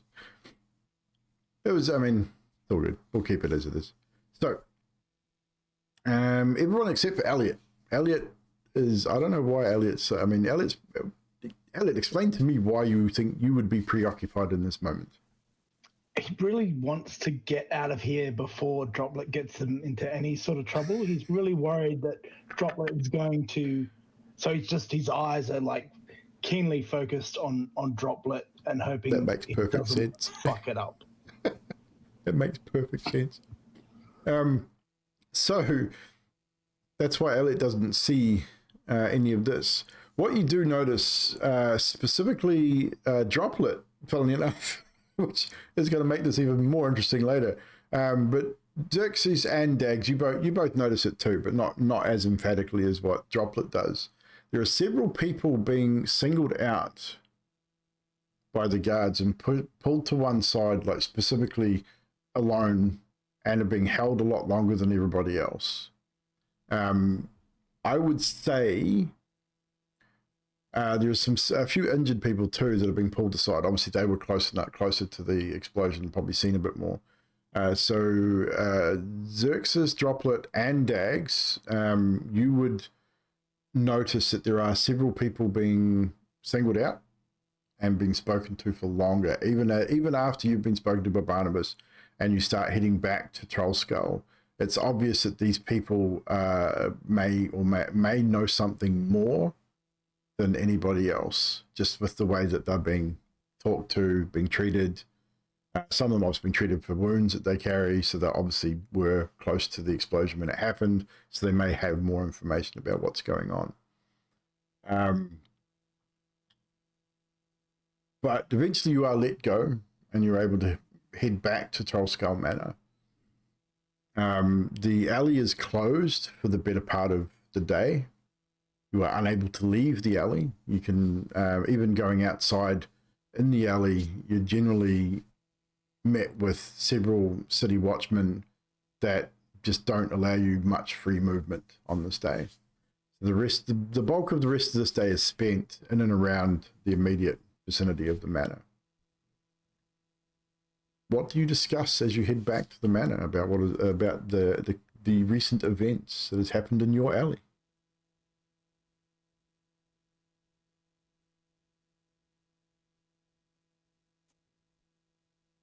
Any of you notice anything? I mean, first I would probably go get properly dressed. Probably. I have noticed one thing. You lot have a habit of sticking your nose in where it's likely to get chopped off. I think that would just improve my cosmetics. Oh my god. He's right though. We've got to keep an eye on you, Droplet. Both of them. At all times. Droplet just looks you dead in the eyes, like right up at you with these gentle, slightly tired-looking, piercing white eyes. And he just says, "For evil to win, all it takes is for good people to do nothing." Are you good people though? Are we good people? I mean, you were there before we were. I have no idea what you've been up to, and you're obviously tired. Wow. Funnily enough, as you say Sometimes you that, gotta Elliot, Dag starts to talk, and you look at him, and he looks shattered as well.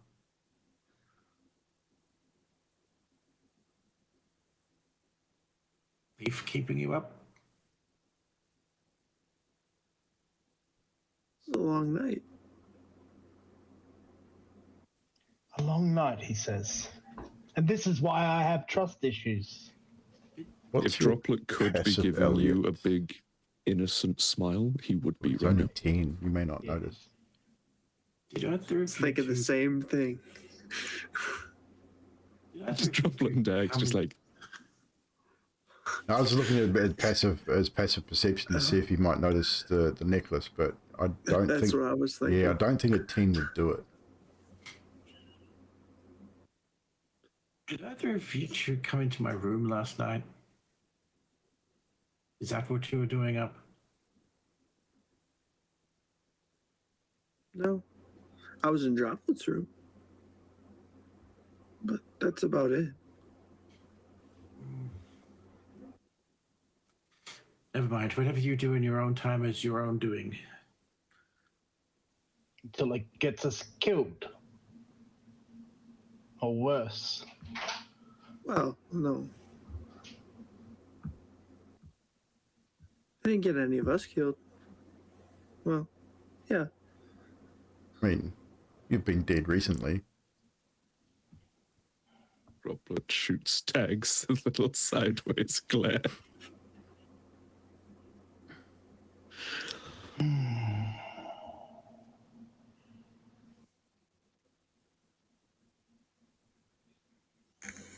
Are you particularly used to these situations, Elliot, where you've seen or been in the wrong place at the wrong time? I try very hard not to be, which is why I usually work on my own. Why are you here anyway? If that's the case.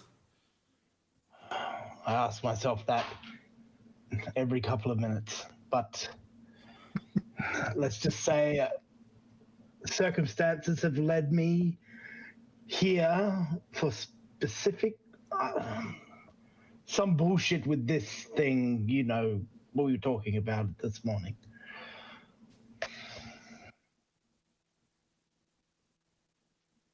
It seems highly unlikely that you'd ever get into trouble in that situation.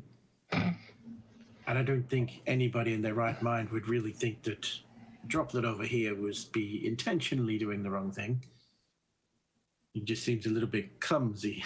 I'm not sure about you though, Dags. I mean, I don't tend to get into trouble. Inside check. Elliot's going to stare at you intently. Yes, I'm with Xerxes. Well, or I just don't get caught.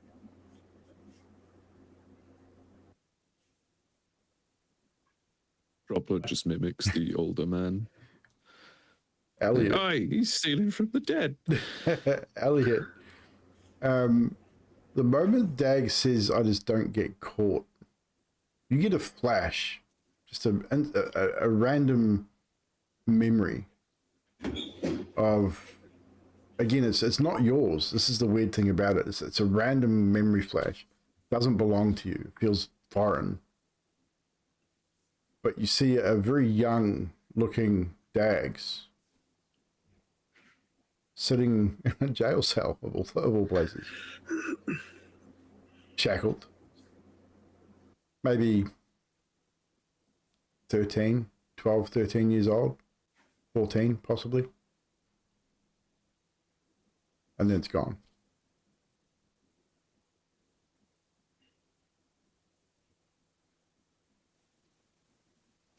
Never caught, huh? No, not often.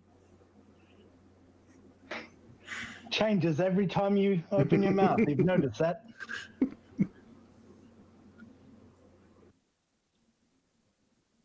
Which isn't often, I must say. Do you have much to hide? Other than myself? Come on, we've all spilled the beans. It's your story. What's your story? I mean,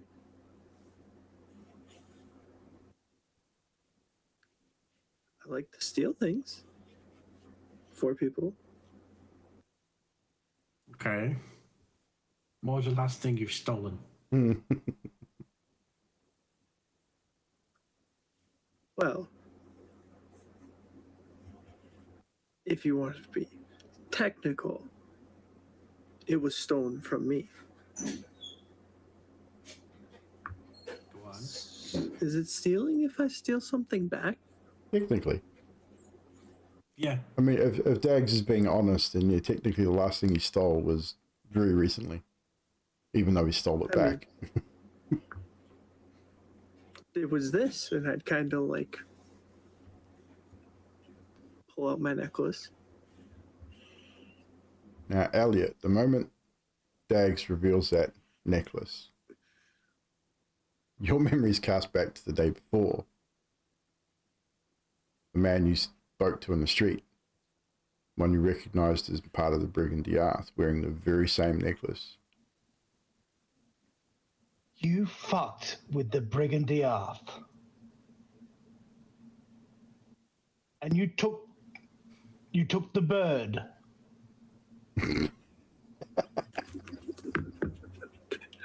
Oh, for fuck's sake.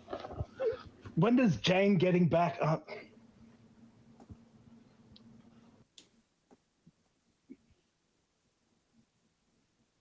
Would you have rather me took you? Did anyone get killed? I mean, stealing, maybe that's all right, but like if you No. very sneaky. No, It's what? looking very shifty. He was drunk, and I took it back. Droplet. See, the bird. The bird is letting you down. Droplet. What did you hear? What did you do?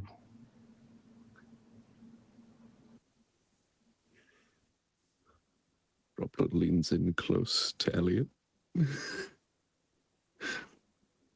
and just says, in a slightly drunken, slurred voice, "Don't fuck with me. I'll cut your throat."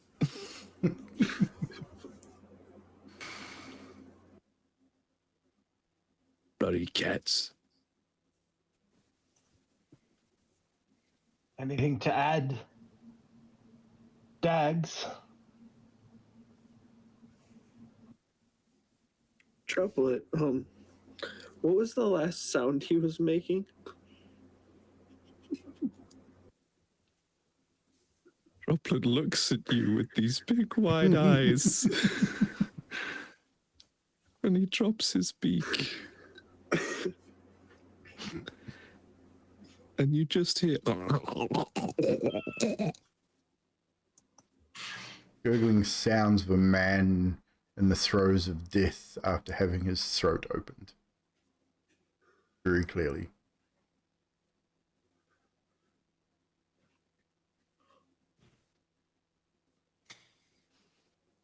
Droplet just looks at the ground.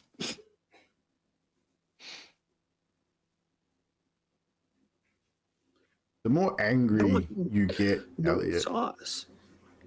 the dusk within you starts to sort of boil over a little bit, if you will, starts to emanate. To the point you yourself, you look down at your hands and you can see that shadow start to sort of mist off your fingers and stretch outward towards, not Dags, but towards Droplet. Almost a spectral version of your own hand reaching out and wrapping itself around the throat of Droplet.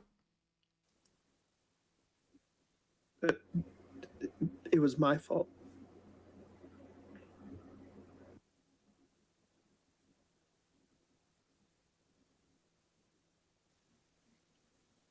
Not angry. Not. Just a little disappointed. And like Elliot tries to walk away. The shadow dissipates slowly. And then as you turn back towards Dags, you can again see the tether that is binding you to him. Very slight tether of darkness. You're now starting to think, I think, really starting to put two and two together. These flashes of memory, this tether, it's got something to do with what happened at Cabell Manor. Whatever ability that you were allowed to use, whatever power that he allowed you to use has definitely come at a cost. What that cost is, you're not entirely sure of yet, but you know it will come at a cost.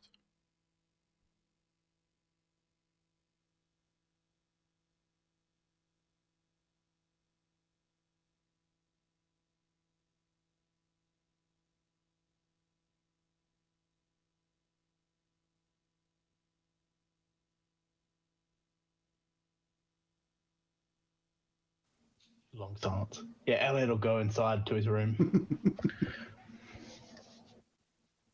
Elliot gets up and leaves. leaving the three of you to discuss whatever you're going to discuss.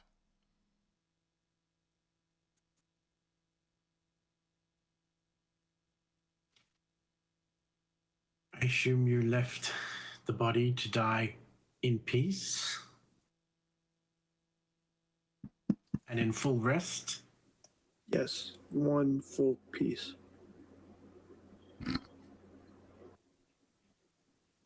Just I got to check something here. Give me a second. Holy fuck.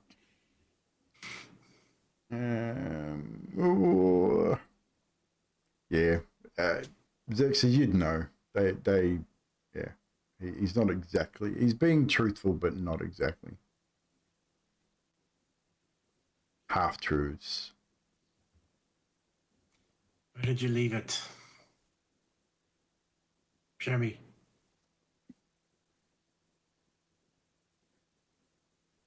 You can't leave the alley at the moment. The alley's still closed off. But we can skip forward a few hours as eventually the bodies are removed and the City Watch allows people to start going about their business again. Dags and Droplet, do you lead Xerxes to where you left the body? And do you include Elliot? Is the question as well. Or at the very least, you let Elliot know that you're heading out more than anything. Droplet's gonna go behind the bar and see if he can find some good whiskey. You know that Jane will get really upset if you go behind the bar and get it, but you guys have whiskey available that you are allowed to drink, which is probably slightly better than what you will intend on selling. I will get whiskey from there then. You would know that by now. Jane would have been quite emphatic that if anyone went behind the bar and took anything that was for sale, that she would cut your nuts off. I mean, she was quite specific about said things. or ring your cloaca. Yeah. So you are able to find whiskey that is meant for you guys easily enough. Droplet. Is Droplet going to start drinking? Drop on Elliot's door. Does Elliot answer as you hear a gentle knock on your door? I'd say actually probably more like a tap, tap, tap with his beak, I'm assuming, more than a knock. Absolutely. Yes. Yes, come in. Droplet comes in the room and holds out this bottle of whiskey.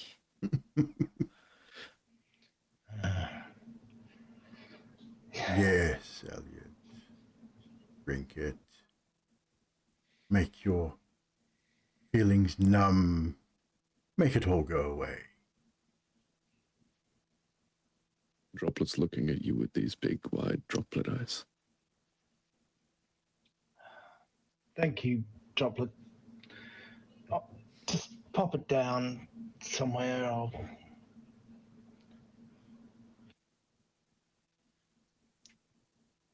Droplet looks around and then pops it directly at his feet on the floor. And looks up at Elliot.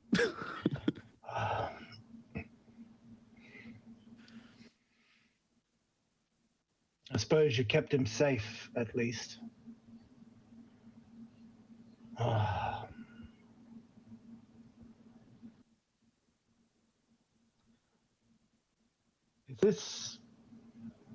Is there anything else?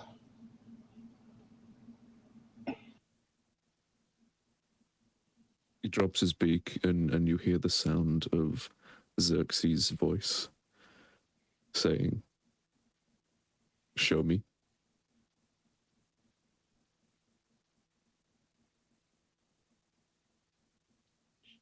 Show you Sigh. what? Did you leave his body in peace to die?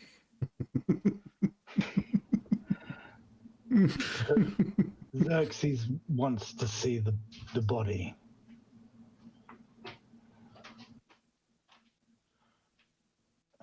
Are you going now?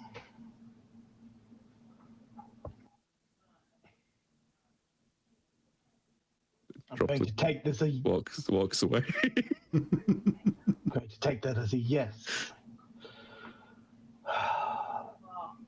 And he sort of walks, and he gives the bottle a wide berth. Obviously so. Then he sort of turns back and looks at it, and then walks through the door and shuts it. Just leaves it there, and hopefully he'll remember it's there later. Maybe not. We'll find out later. Yeah. So with that, then it sounds like Elliot is accompanying the rest of you as Dags and Droplet lead you both through the streets of Waterdeep. Firstly westward, or northwestward, through an alley onto Delzoran Street, along Delzoran Street, till you get to Shield Street. You turn into Shield Street and find the alley. As you turn into the alley, very quiet down this alley. And this is getting late in the afternoon, as you've been held up in Trollskull for quite some time after the investigation was completed, before you were allowed to leave. No sounds of merriment from the establishment that you visited the previous evening. In fact, the door hangs open. No one inside it. As you sort of peer inside, doesn't appear to be anyone inside at all. As you move around to the side of the building, down into the alley, the telltale stain of blood soaked into dirt. Did we lose Dill? Oh no. He had to go. Oh, he's got to go bathroom. Bio break. Okay, so what we'll do, we will pause there and we'll all take a bathroom break.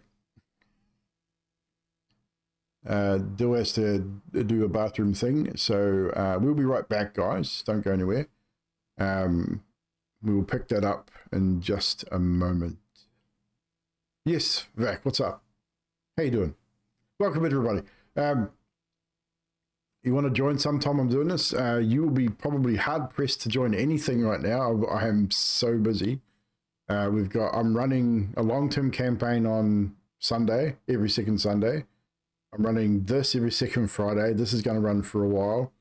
We will be having some one-shots and stuff coming up in the future. Are you in my Discord? Because if you are, make sure you keep an eye on the Discord when I call for players, because I will be calling for players. The one thing that you will learn about me as a DM really, really quickly though, Vac, is I won't put up with any crazy shit. I've had troll players before. I have a troll player in a campaign that I'm currently running, and I will not put up with fucking shit at all. As long as you're Drax will tell you, I'm usually pretty lenient with certain things, but I will not allow anyone to derail my stories. So, it doesn't really matter. The thing is, the low intel thing, I mean, your character is your character. And this is the thing with D&D, right? This is me as a DM. Your character is your character. I will allow a certain amount of leeway with certain things. And troll characters are troll characters, funny characters are funny characters, stupid characters are stupid characters. It is what it is. And I very rarely say no to a lot of things. Especially in game. Once you're in game and you're doing something, the dice tells the story. At the end of the day, I'm the narrator. These guys are telling the story from their perspective, and the dice makes all the decisions for them. So probably have you played before, Zach?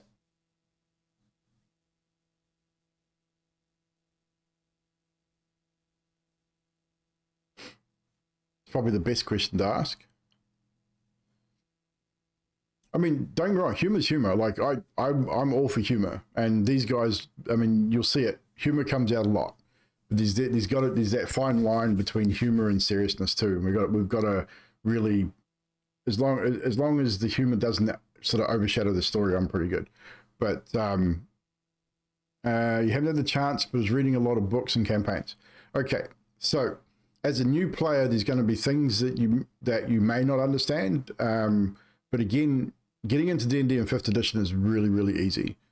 So what we'll do is, again, keep an eye on the Discord, because I will be putting polls in the Discord when I call for players for one-shots and mini campaigns. So we will be doing some in the future coming up, doing a bunch of, we're doing one-shots, which will be either a 1 4-hour session or might be split over 2, just depending on what it is. It will be played on probably a Saturday night, which will be running opposite to my home game that I play in. And we'll sort of deal with it from there. When I call for players, I normally call for about 4 or 5 players. And normally what I try and do is have at least one, if they're available and they want to play, at least one player that hasn't played before and one really experienced player in the group as a general rule. Because I find that helps the newer player get into the whole roleplay thing a little bit easier when there's someone that's really confident in that and someone that's not so confident. I think you'd be a good role player. I really do. And once you got into the swing of things and got into the chat with other characters, that humor just comes. Like it's knowing when to draw that line in the humor that it doesn't overshadow the story too much. Yeah, Droplet kind of walks this line every day. Exactly. Droplet is a walking one-liner, basically.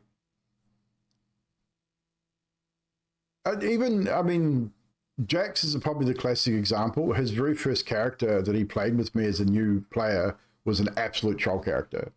But it turned out to be a really good character in the end. The second one he did with the next 2, very eccentric is probably the term that I would use for the characters.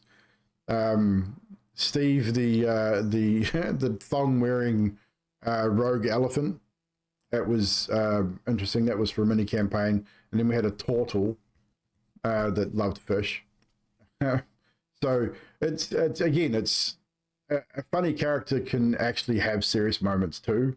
Like it's learning when to pick those moments and not get too carried away with it. I think is probably the best thing. And I've done it too though. Like I've made that funny character or that trolly character myself, and it's just knowing when to not do that when it can impact someone else's RP probably more than anything.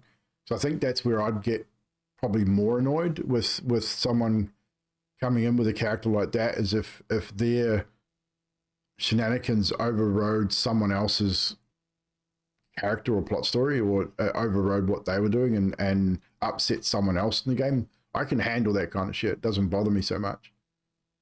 But if they were stepping on another player's toes, I think that would probably upset me more. But generally, most of the people that we play with are pretty good. Like we've got a pretty good group with this group and my Paradigm group, and other people on Discord too. Like there's other people that have played with me and have had a really good time because everyone respects each other and knows when to draw those lines. But the first character is always the best. The first character, I think, is the one you generally remember pretty well. Wouldn't you agree, Drax? Do you think Emilia is probably going to be one of your more memorable characters, do you reckon? Being your first D&D game that you played?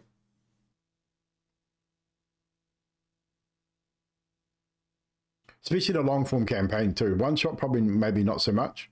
But if you were to get into a long-form campaign like Drax did, it would definitely be a character you won't forget.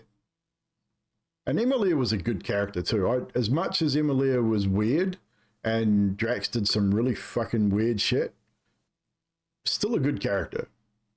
Like Emilia was a great character. I enjoyed Emilia. And I think we did Emilia justice by killing her the way we did.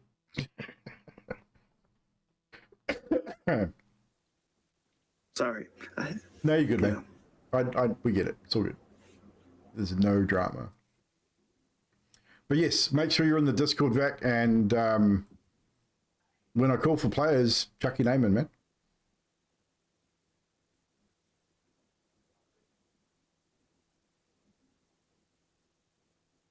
BG3 is being run as your first character. You don't forget your first. Yeah, well, Aslan is, even though again Aslan and freaking God, I can't remember his name. Gillian. That's right. Aslan and Gillian from P1. Even though you guys weren't able to continue those stories, like continue that story, both of them basically became integral characters to the story as a whole, and have popped up later in P2 as well. Aslan not yet. Aslan's name's going to come up in P2 eventually. It has to, because that group of mercenaries would have carried on long after even Aslan had passed. Although, because Aslan was half elf, wasn't he? So he would definitely be long dead. So yeah, he would definitely be long dead. Bash would have lived a little bit longer, but he would be long gone as well. But I would assume that the mercenary group would carry on and still probably be active today. I think that LG would have allowed them to continue their work on a less restricted way than the military, for sure. Gillian Gren, that's right. Definitely. But yes, Aslan was definitely a staple character in P1 even long after he left the campaign. Because again, IRL stuff happens. But it's good to get those guys back and to play more long form stuff. I mean, this is only like essentially to level 5. So this is not typically a long form campaign, which is why I said to these guys that I'll be opening up player spots for these guys for my next long form adventure first, considering I know Neon's not played a character past level 5, I believe, before. He's not actually gotten to the higher levels in an actual D&D game. So, and Dill's the same. So, and depending on what happens with these characters, I'll allow them to play these characters. We'll have to de-level them back down to 3, because the next campaign will start at level 3. But I will allow them to continue with the characters they have in this campaign if they wish, or you can start a whole new character. Your first character started at level 10. So you, like, your very first experience playing D&D, you started at level 10. That would have been fucking a nightmare. It was in the middle of a campaign that was already being run, so I was a fill-in player, and I had an idea of kind of what I wanted to play, and the DM suggested the class and the subclass, and I went with it and absolutely loved it.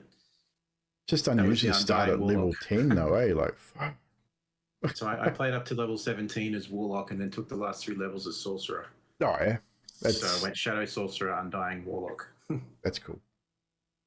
But yeah, it's unusual to, I mean, I've done a couple of one-shots at level 10. Yeah, not first time out though, jeez.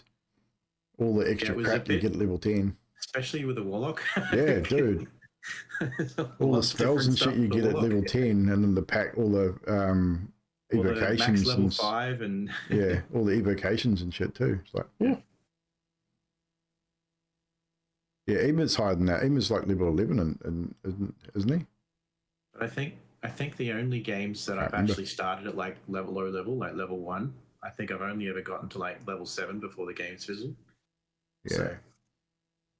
This the next adventure will definitely, it'll be 3 to 15, unless you die, obviously. then you may not make it to 15. But anywho, we'll, now that everyone's back, we will get back into the story. So you've rounded the corner, and you see what would have been it's probably still a little wet, it's only a few. It's definitely only hours old. Is a puddle, a stained patch of dirt, probably still a little wet in the middle where the blood is soaked into the dirt over time, but the body is no longer there.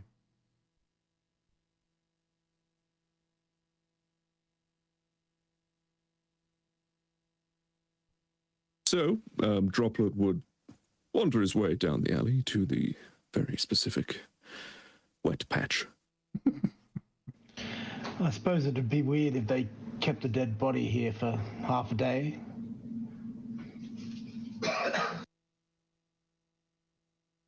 Just a little bit.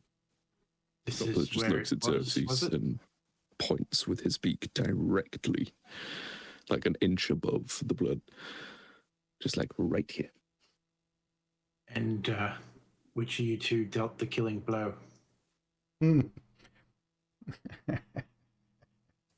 Well,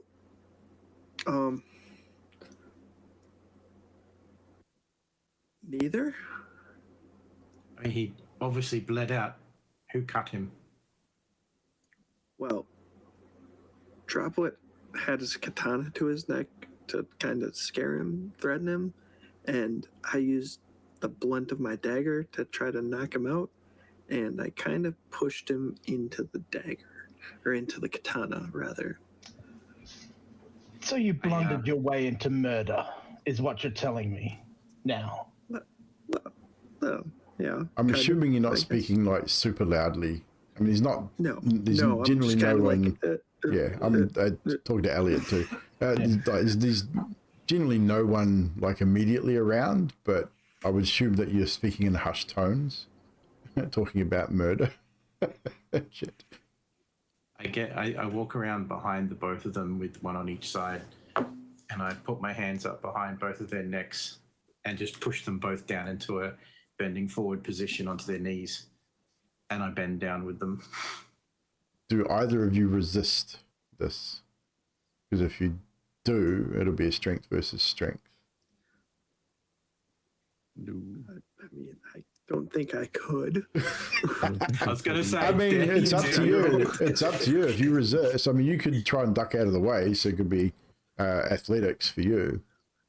Or, I mean, acrobatics, if you wanted to try and avoid being grabbed. But I don't know that you would know it was coming. Dags is at that. Yeah, that's not Dags. Okay, Dags is so more like, these guys are going to whoop my ass because of stupidity. pretty much. Droplet, weirdly though, being Droplet, he wouldn't be resisting this, but as you were walking around behind us, he would have been turning to follow you every opportunity. Just being a bird. I mean, that's just something I think a bird would do. And if you may notice, Xerxes, that he drops his beak as you're doing this and just sort of says very quietly, anything worth doing, it's worth doing poorly. As Xerxes, you eventually grab them both, force them down to their knees, and you join them at the pool of blood, or the stain. I pull out my symbol of Kalimvor and I hold it in both hands with enough of the symbol of each of the scales on either side. I'm holding the skeletal hand. Yep. And I'm gesture for them both to take a side, like with their hands. Do you comply? Do I understand what you're asking me to do? I would say you would. Like, he's gesturing to the symbol. I'd say Dags would understand, probably more so, and probably would reach out. Yeah. In which case Droplet would copy. Droplet would copy, yeah. Yeah. That's what probably more. If nobody did more anything, likely to Droplet happen. would Droplet would have just taken the amulet if nobody did anything. So, Like, okay. What is Elliot doing in this moment as Xerxes forces them to their knees? He's just sort of watching, and he sort of rubs his mouth a bit, and he's like, yeah, best to just do as he says, boys. Elliot, as you're standing there watching this, from the dark shadows of the alley, and you're sort of standing back almost on the corner, movement catches your eye in the doorway of this building that you stand next to. Just like a shadow figure, like something moving across the doorway, just out of the corner of your eye.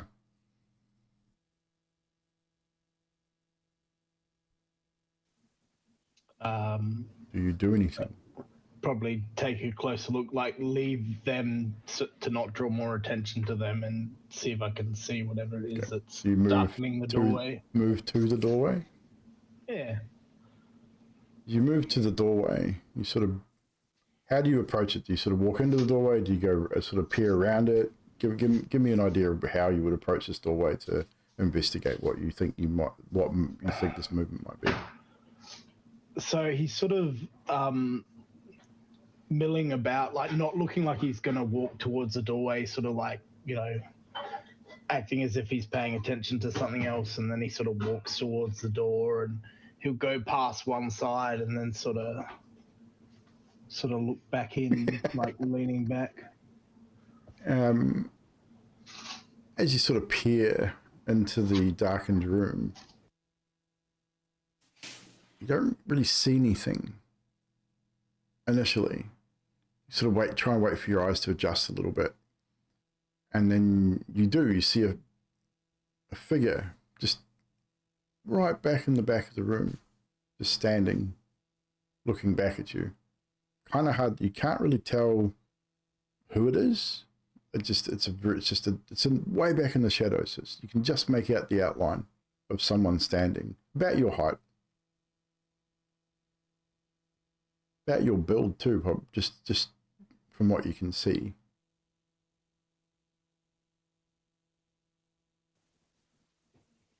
Hello? No response. Just standing there. Weird things happen in alleyways. It's strange, isn't it? No response. It's very dark in there. Are you all right? Again, no response. No movement.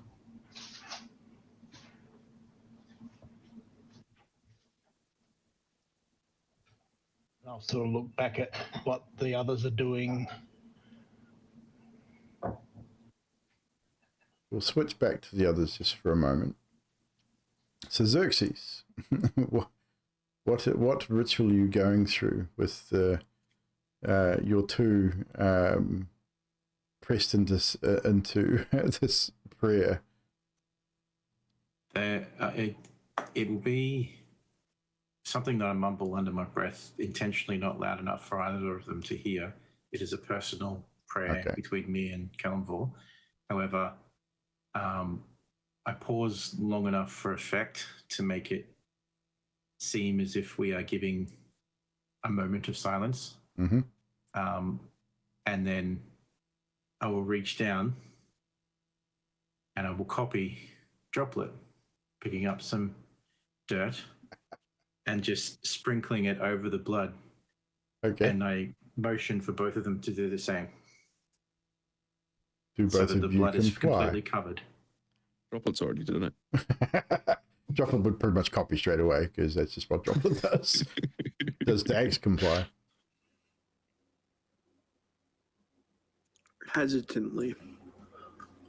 Like at first, he'd kind of be like, what? I'm thinking probably at first he thinks, fuck that guy. Yeah. Yeah.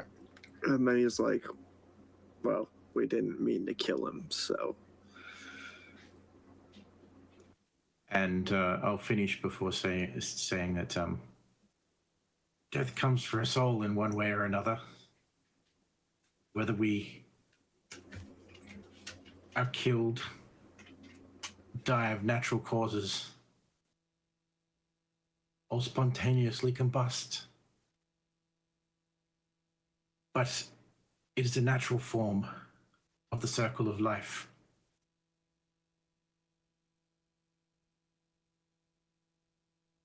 And in this instance, we must keep ourselves clean. As you two both now are. And I stand up, put my symbol back away. So essentially that's what they're about halfway through that, whatever they're doing there, Elliot, as you sort of peer back into the room. And you took your eyes off it just for a moment, sort of to peer what we're doing. As you turn back into the room, the figure's now 10 feet closer to you, still cloaked in shadow, unmoving. Elliot will back up. Are you finished over there? You take your eyes off the door, or do you keep them on the doorway? Keep him on the door. As you speak,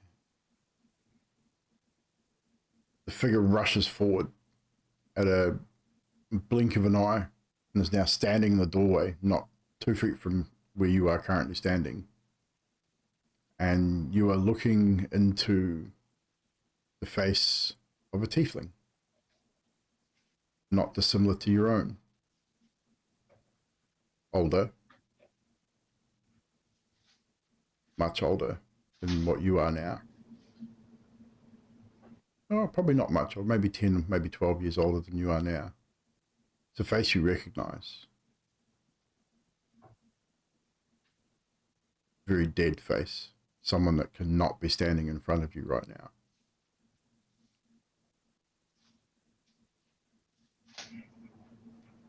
And then it's gone. And almost melts away back into shadow.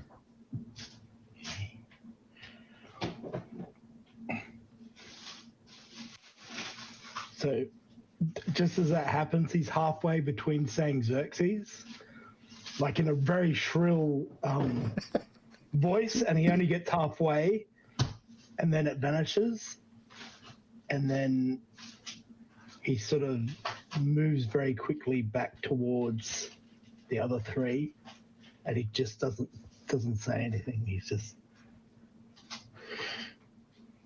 So I'm assuming you get my reference. Figured you might.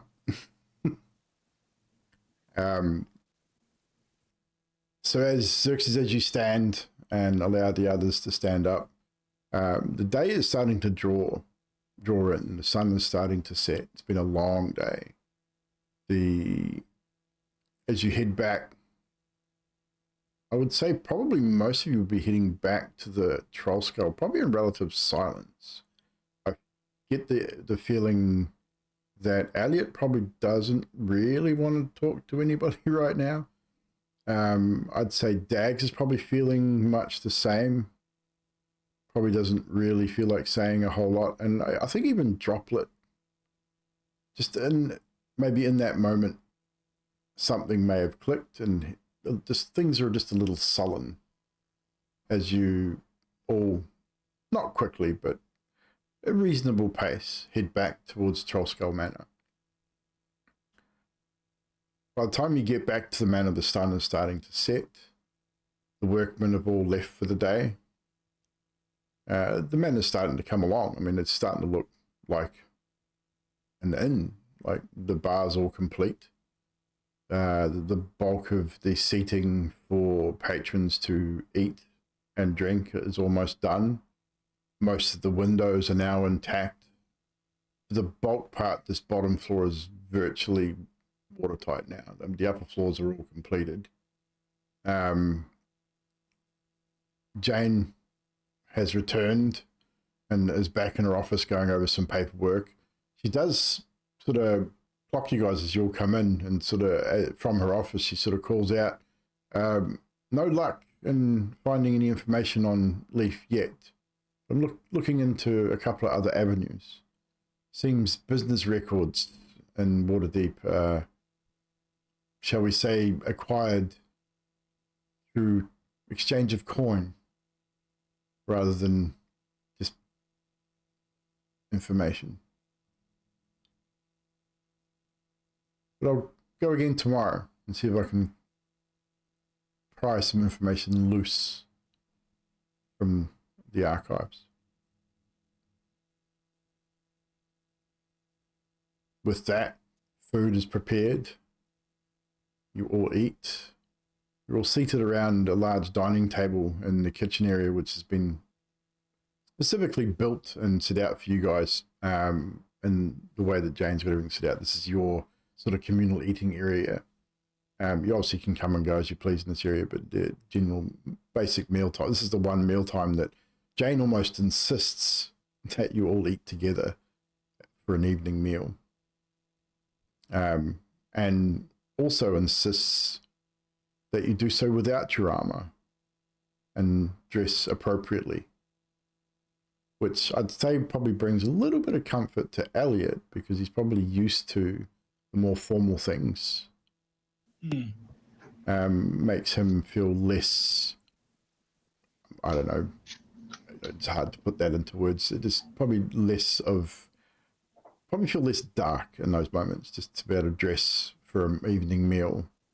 I don't think Droplet would dress for an evening meal. Doesn't really dress.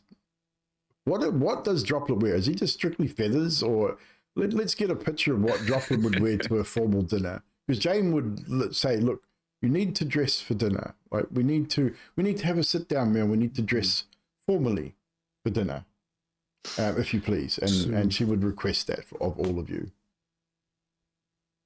So I'll get Droplet to describe his evening attire for an evening meal. I'll get you all to describe it before we finish up for the night.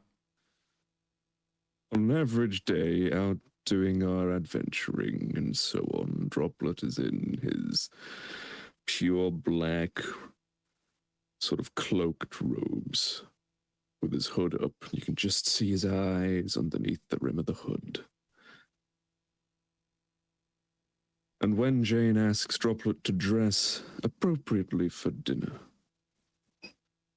Droplet arrives at the table. He rests his katana down gently by the side of his chair. And he pulls his hood down. Perfect sense. That makes perfect sense for Droplet. Jane sort of looks at you and gives you that real mother look, like that sideways sort of like, well, at least you tried. That kind of deal. She sort of shrugs and doesn't, I mean, you get the impression it doesn't bother her that Droplet didn't even make an effort, but it did and it didn't. But she sort of was like, at least he kind of tried. Elliot is fairly well dressed anyway, in his usual day-to-day thing, even with the, because does Elliot wear armor? He does, doesn't he? Yeah. So what would Elliot wear?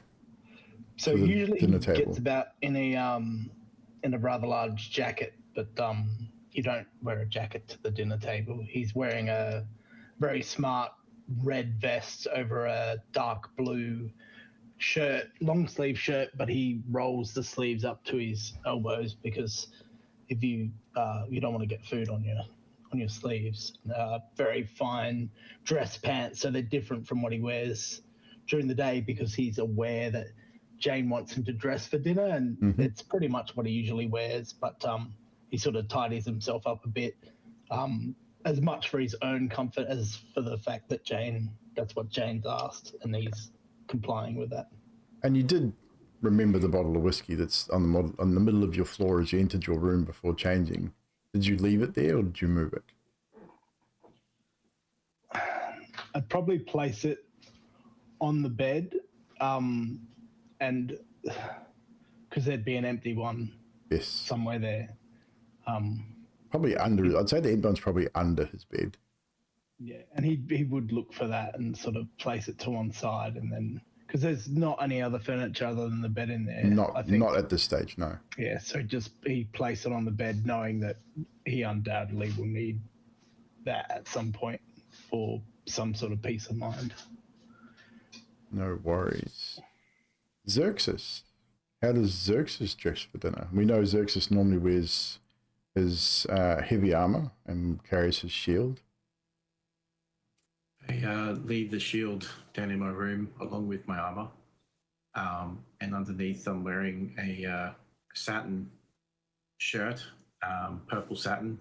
It's not particularly expensive looking, or it might have been at one stage, but it looks like it's been cut down and remodeled from somebody else's who's had a much better life, and it's been repurposed.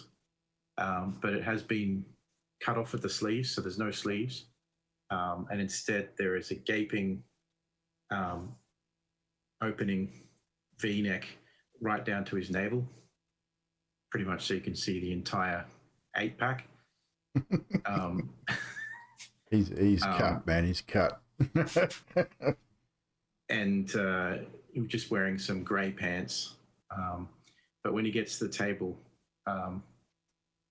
he moves the chair back to one side and tries to find a cushion of sorts, and instead kneels on the cushion and squats down. And that's how he sits at the table. Is he still wearing his mask, or did he come without it?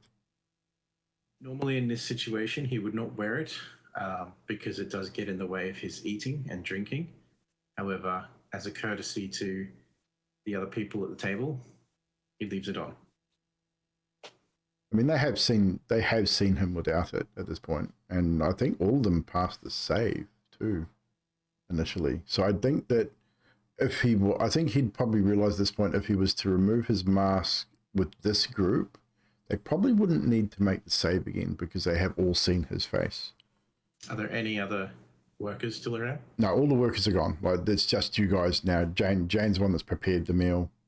Probably Dags may have come up and helped on occasion. Probably, I think Dags probably sees Jane as a bit of a mother figure a little bit, and she kind of puts herself out in that sort of respect as well. So I'd assume that Dags has probably come up and give her a hand with certain things. But it is just you. There is one other person that I would leave his mask on for. Yeah, yes, Leaf is present, yes. I mean, he's you would probably feel his presence more so than anyone else because of your divine sense. He is ever present in this place when you're here. You feel his presence quite frequently. And I'd say his presence in the dining room is pretty strong right now. Dags. How does Dags dress for dinner? So Dags would basically have like a... What's up, Dragon? A green, like, I don't know, green shirt with like the, the leather like patches on the elbows and like shoulders, like not like fancy, but I don't think Dags durable. owns anything fancy. No, it's definitely like durable, but like almost like a jeweler's vest. Oh yeah. And so like his nicer like selling stuff clothes, but nothing like crazy. But at least he's made an effort, right? So he's cleaned himself up the best he can. So you all take a seat, and Xerxes takes a knee, and you just up a fine meal. It's roasted pork, there's root vegetables, there's mead, whiskey if you want it. It's a fine meal. Does everyone? I mean, everyone's going to eat. Who is drinking is more to the point. Does Droplet partake in either the mead or the whiskey that's on the table that's been provided?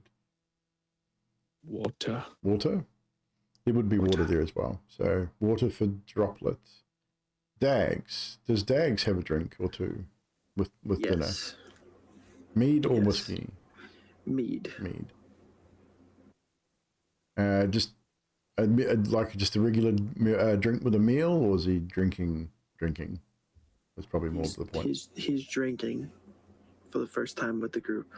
Okay, so Xerxes. Wine. It would be Jane Red would wine. know. Jane would know, so there'd be red wine there. Drinking, or just drinking with the meal? It's drinking with the meal, but we'll see where it goes. Okay. So the first drink is on the house, basically, as far as con saves are concerned. Elliot, Jane puts a large glass of whiskey in front of you, knowing that you have a affinity towards whiskey. Does he drink it with his meal? Yeah, he would, but after that he would drink mead as a very deliberate decision. So Okay. he wouldn't turn away Jane's drink. She's poured it for him, Mhm. but he would make it clear that after that he's going to drink mead. And does Elliot stay after the meal to continue to drink with Xerxes and Dags? Yeah, I think he would. Yeah. Okay then, so we've finished our meal. We're now just sitting around having a few drinks after a meal of an evening. Jane is also drinking. She is seemingly keeping up with the rest of you without too many hassles. You come to learn very quickly over the last couple of days that Jane definitely she has nobility about her for sure, definitely. But you get the impression after seeing her with the workers and hearing her dealing with them, she has a very authoritative way about her as well. She's no slouch in the kitchen. She's no slouch when it comes to dealing with insubordinate workers. And you've all heard the tone. You get the impression that she's not a woman to be trifled with. She has a very serious side to her that you've seen come out on a couple of occasions dealing with a foreman, perhaps, on the work site, where a foreman may be trying to cut corners because she's a woman kind of deal. But you get the impression, you've seen that streak come through, the impression that she is not shy of being able to handle herself in these situations, a very shrewd business person, as it seems that some of the guilds that she's been dealing with for dealing with meat and food and drink, she's already turned a profit. And you haven't even opened yet. With the money she's put in, she's managed to gain some items free of charge and some items at less than cost. So technically, your opening day, you will turn a profit. And she's quite open about the books and quite proud that she's been able to do this quite quickly. And she simply states, I'm sure that I will make the money that I invested back quite quickly. This is a good place. We'll do well. We just have to be careful with Xanathar. Of course, is interim, and from what I hear, he looks at you, Dags, and at you, Droplet. Now the Bregan D'aerthe, perhaps. Word is spread quite quickly in town.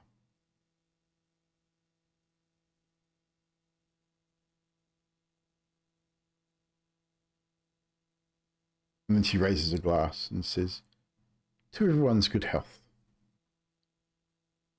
May we keep it. My thoughts exactly.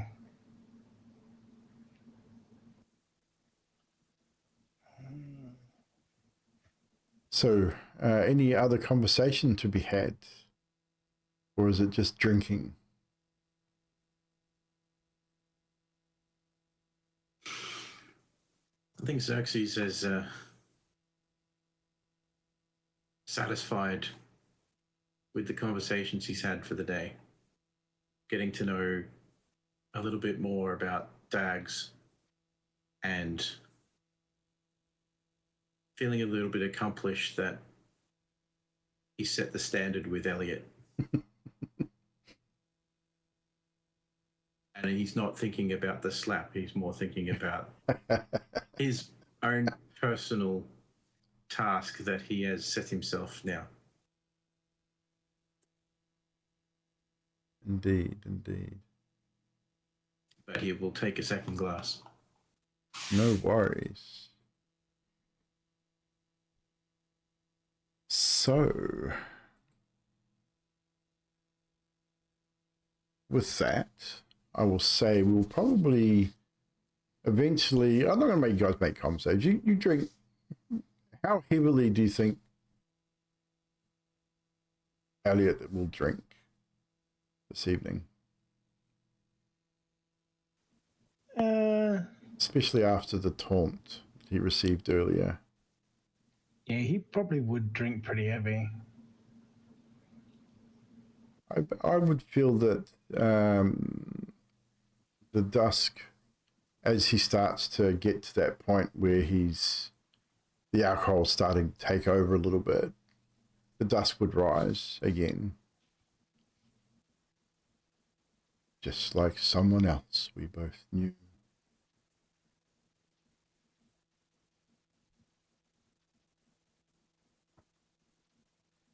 We will have such fun now that I am in control. Sleep well, Elliot. Sleep well. And then for the remainder of the evening, you get no feeling. Backs right off and lets you just drown your sorrows, so to speak.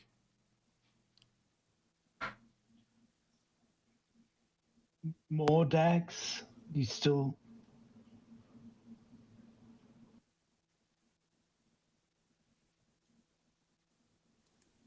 I will say this, however, just quickly, Dags. As Elliot, as you ask that question, you look over to Dags.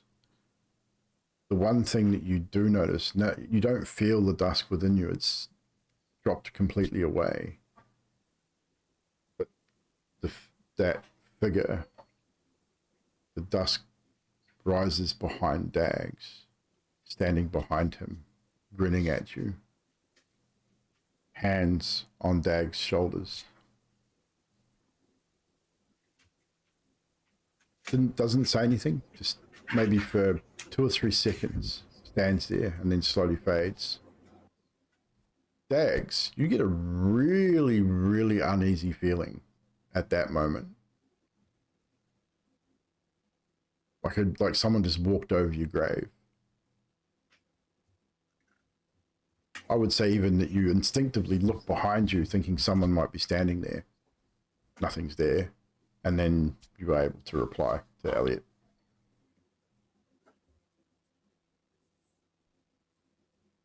Maybe just one more. One more is good, yes. Xerxes. It's at this moment you would see the unease in Elliot's eyes. You see it across from him as he looks over at Dags and sort of suggests one more. Do you join them in another wine before you head to bed as well?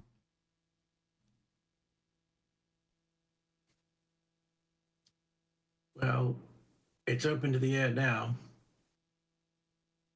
Why not finish the bottle? Indeed. You see the unease in Elliot's eyes, but it doesn't last for long. Another gulp of whiskey seems to fade away relatively quickly. Xerxes, however, you feel that dark presence also in that moment. It just, your divine sense is dulled by the alcohol somewhat, but it's a strong enough dark feeling that it makes even you feel a little uncomfortable in that moment. You don't see it, but what you do see, just flittering in front of your face and slowly around out of your periphery, the dark butterfly that you saw at Cabell Manor.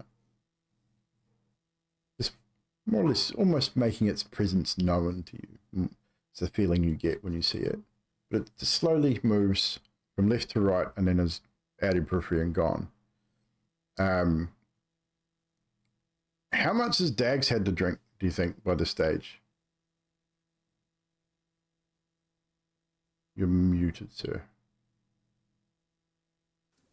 Most of okay, so I'm guessing mead. Well, Yes. mead is like bottles. A good-sized tankard. So, Well, good-sized tankards of mead, yeah. Well, right, but it comes in wine bottles. Yeah. Yeah. So, I mean, most of a bottle of mead. Okay, so I would say 2 to that 3. you catch the glimpse of, at this moment, you get a glimpse of movement. So you catch movement out of the corner of your eye, and as you turn, I'd say you probably catch just the sort of half of the shadow butterfly as it sort of moves out of view behind Xerxes' head. You've seen it briefly once before, because you've also been touched by death. So this, for some reason, you're able to now, I mean, you know it's got something to do with when you died. That's all you can sort of piece together at this point, because that's the last time you saw it. It's kind of creepy, but kind of cool. And you're not sure what's happening with that. Droplet, you're drinking water. You're watching these guys. These guys are probably starting to slur just a little bit, starting to get a little sleepy-eyed. The conversation, it's not dark conversation. I would say there's probably not much talk after Jane said her piece about the Bregan D'aerthe. There wasn't much more talk about that. You get the impression that Jane wants to try and keep that kind of conversation away from the table. So it was more about the progress of the inn, how far away she thinks that the inn is going to be before you can open. She reckons maybe a week and you'd be able to open fully to the public. She's talking about a guest list for the grand opening, things like that.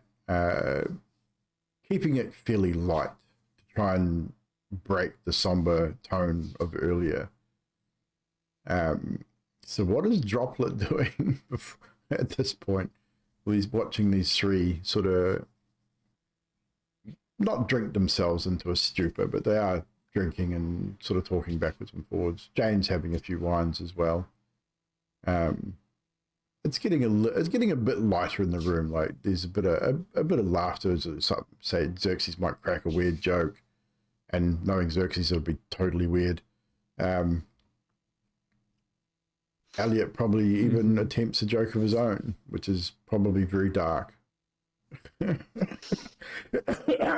Probably not. Well, there you go. It's a dad joke.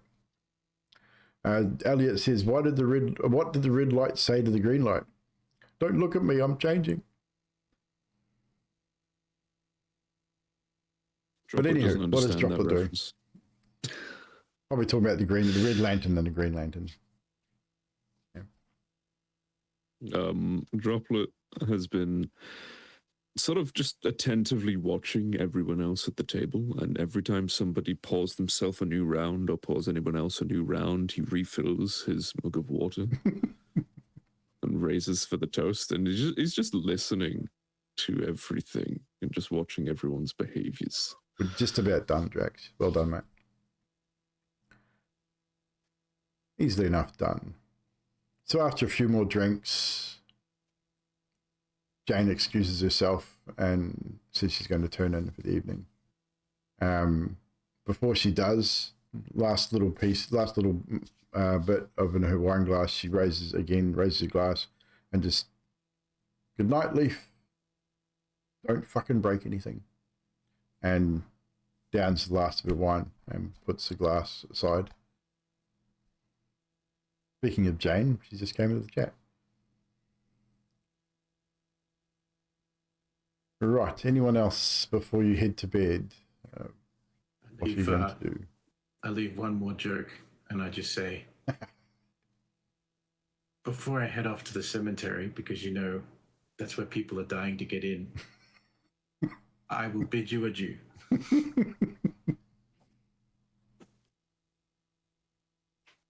I'd assume at this point that Elliot's probably drunk enough to find that funny.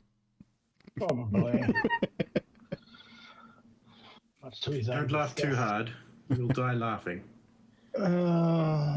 Half my luck if I do.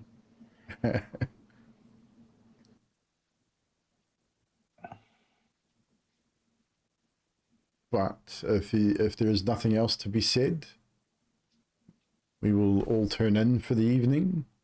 Droplet retires to his bay window, looking over the Troll Skull Alley. The lanterns have all been lit in the main streets of Waterdeep. Shimmering lights can be seen dotted all around the Troll Skull Manor. It is a large 3-story building, which does look over some of the other buildings in the area. So it'd be quite a view from Droplet's window, I would assume. Reasonably clear evening.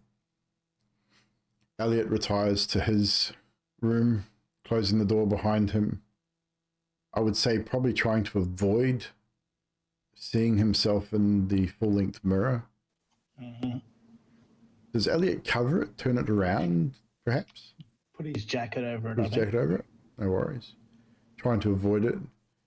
Elliot does have a full bottle of whiskey in his room as well, which he left there earlier.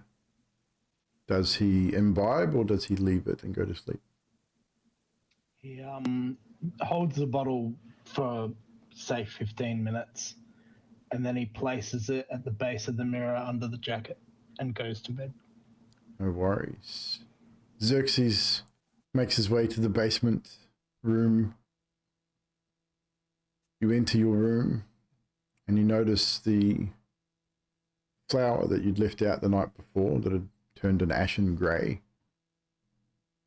is gone. Seems someone or something may have cleaned it up. Perhaps, you're not sure, but it's no longer there. I reset up the scales with the plates and place another 2 coins on one of the scales. This time I take out a 3rd coin and I sit it on the door handle and just push the door so it almost is shut. Okay, no And worries. I go to bed. Not a problem.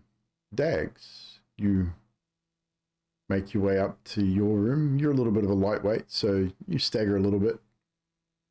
You're still young. You stand in your room for a moment, past the mirror, and the glint of the candlelight in your room catches your focus around your neck, and you catch it in the mirror. You sort of stand and turn, see it hanging around your neck, and you definitely feel way better, like you feel almost whole again. Having that focus just makes you feel comfortable. As you stand there looking in the mirror, however, you now see a darkened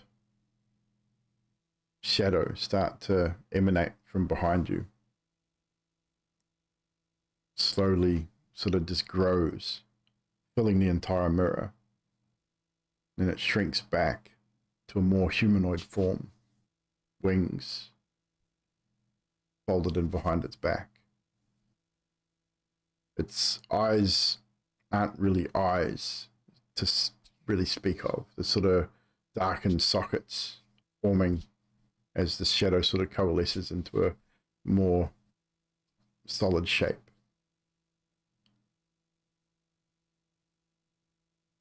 Grin curls on its lips. Just looks at you. Hands creep over and one on each shoulder. You don't feel anything. You see it in the mirror, but you don't feel it. You do get an eerie sense, however, seeing this image. How do you react when you see this start to form? I'd probably turn around and like Nothing behind you. look for it. You turn around, there's nothing there. You turn back, still see it in the mirror. Hands on your shoulders, grinning at you.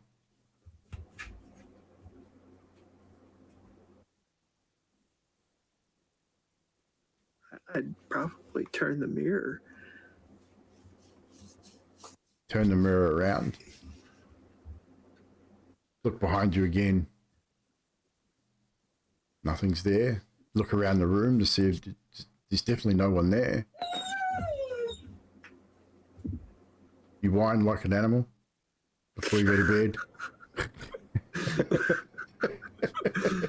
Kind of whimper as you fall into bed. No. It was good times too. You turn the mirror around. I'd say maybe a little freaked out by it. It's not something, I mean, it looks devilish. I mean, it's a dark, like there's no discernible features per se, but it definitely looks like it was stood about 6'5", 6'6" tall. It was way taller than you. Just this imposing dark shadow presence standing behind you. And it made you feel really weird, like really uneasy.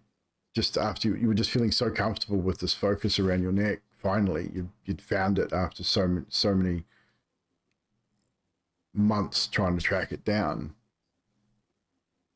And this thing has darkened that feeling quite quickly. So I'd say it probably takes you a while to get to sleep. Just thinking about it, looking over at the mirror. I would say you would even get up, turn the mirror around, and then look in the mirror again, just to make sure that you weren't seeing things. And there's nothing there. It's just a mirror. The room behind you, empty. You turn it back around just in case, because you're a little bit drunk. You're just not sure. Put it down to the alcohol, maybe. You crawl into bed and eventually find sleep. Elliot, you feel no presence at all this evening. None. The first time in a long time. You drifted off to sleep with relative ease. And no bad dreams. No dark shadow lingering over you, taunting you this evening. Kind of peaceful, which is unusual, which probably didn't help you sleep because it's something that you're not used to. And that is where we'll end tonight's session, and we'll pick up in 2 weeks' time, the following day, when you could possibly investigate this explosion further, now that you have a little bit more freedom, now that City Watch is all fucked up. You may be able to track down the people that they had separated out, that you had noticed. But well done, team. A great session. Thank you, chat, for hanging out with us as well, and I hope you enjoyed our story. Some amazing roleplay from these guys once again. We're going to go around and get a moment from tonight's session from everybody.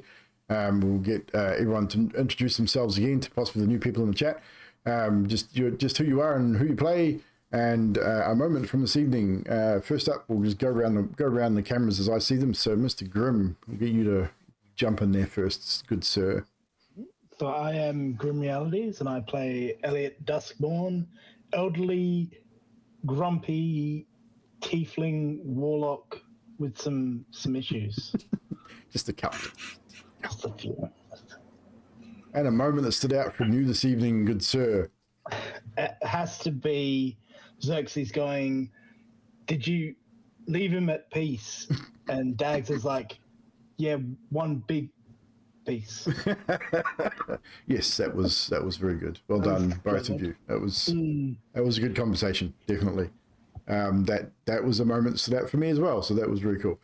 Next up, we have Mr. Neon, which I do have to change his name and thing. He's not Neon Reptile anymore. He's Neon _ showing you the way, which you'll find him on Twitch. So, Mr. Neon.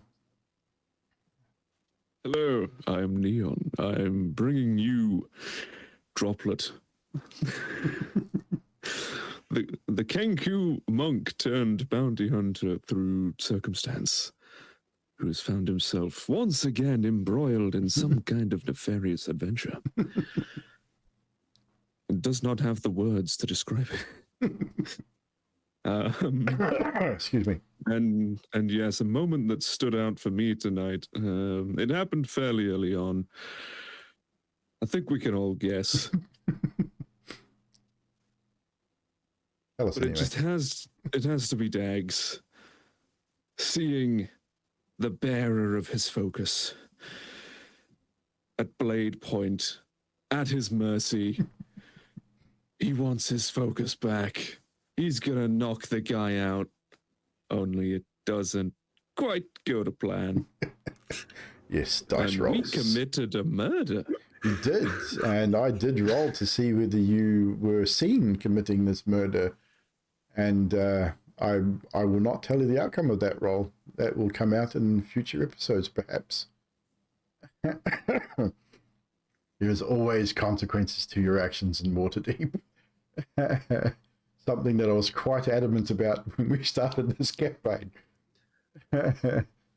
So that may come back to bite someone in the butt at some point, or not, depending on the situation. But I do make dice rolls in the background for criminal activity, and whether they were witnessed or not, because your stealth rolls weren't exactly the greatest.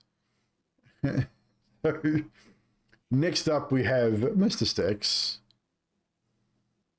Hello, I'm Styx. I'm playing Xerxes Devrain, the half-drow paladin, oath-sworn to Kalimvor, god of death. And yeah, I think his most favorite moment is the fact that despite not being with the safety of his 18 AC and instead lying in his pajamas with an AC of 10, It still got missed. he still got missed. That was a bad roll. And just to throw it in the face with a nat 20. Yes, to get smacked with a nat 20. That was great. It was amazing. Yes, very good moment indeed. All moments that stood out for me as well, as it's from a DM's perspective. Great. Lastly but not leastly, we shall have Dill. I'm Dill Cripple, playing a wood half-elf rogue named Dags. And my moment probably would be Xerxes, like, the going behind us, making us kneel down, and then the whole dirt. Yeah. There was some very good moments tonight. Vac in the chat says Droplet and his dirt was a moment. The sprinkling of the dirt, trying to get people to realize that he was looking for what caused this explosion. What did it? Only Barnabas was able to determine that he was trying to figure out whether it was a powder explosion or whether it was magical. And it turns out it was a magical explosion. So, yes, Barnabas was definitely way more intelligent than any of you guys. Which is why he's a lead investigator. So, obviously, my name is Evldoa, and I've been your dungeon master for this evening. We will be back here again in 2 weeks' time to continue the story with these fine people. I'm not sure if Nutty can make it in 2 weeks. I don't think she can, but she will be here in spirit, of course.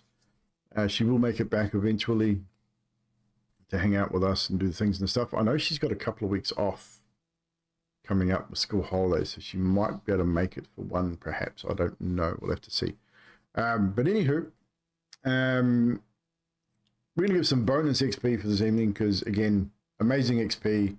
You guys have essentially started chapter 2 of the story with the explosion in Trollskull Alley, which will set you on to your next investigation, which ties into the main story. Depending on what you turn up in your investigations. We will give you some, let's have a look here. What shall we give you guys? You guys are sitting on about 1,100 out of 2,700. So we'll give you another 200 each. First time raider, what's up? Release the birds. Welcome in, All Things Fantasy. Thank you so much for the raid. Appreciate it. So yeah, so you guys can all get another 200 XP each. I will keep Jane up with you guys because I don't want to have her get too far behind, even though she's not here. She's here with us. She's generally working in the background anyway, so we'll give her the XP as well. So, as I said, Friday fortnight from now, we'll be back again to do some more of this. We do have a one-shot coming up sometime in the next few weeks, so keep an eye on the Discord. I have got a one-shot adventure, which could be a two-part one-shot depending on the crew that I get and how much RP we sort of put into it, but I do have a little bit of a dungeon crawl one-shot type dealy in the works. So keep an eye on the polls channel, because I will be eventually putting a poll up asking for players. All you've got to do is put your name into that poll. If I get more than 5 people that are interested, everyone's name goes into a roll table, and I will then choose 5 people to play in that story. Everybody is open to get into. Don't feel that because you're already playing in either Waterdeep or in Paradigm or in anything else that I've been doing, don't feel that you cannot put your name forward. I want you to put your names forward because that's how we keep things going. I have an idea of the type, I mean, not so much the types of players, but what I will generally try and do is choose someone who's not played before, if someone's put their name forward, and people that have played before and people that are experienced, because we want to help those new players come in to D&D, even if it's with a one-shot, and we want to help them with more experienced players. So I saw Grim grinning because he knows I'm talking about him, because he does it every fucking time that I ask for players. He goes, well, you know, I want to play in everything, but I feel like I feel like I'm in everything and I don't want to put my name. It's like, fuck it, put your name forward. If you want to play, fucking put your name down. So that goes to everyone. That's Sticks, Neon, Dill, anyone in the chat.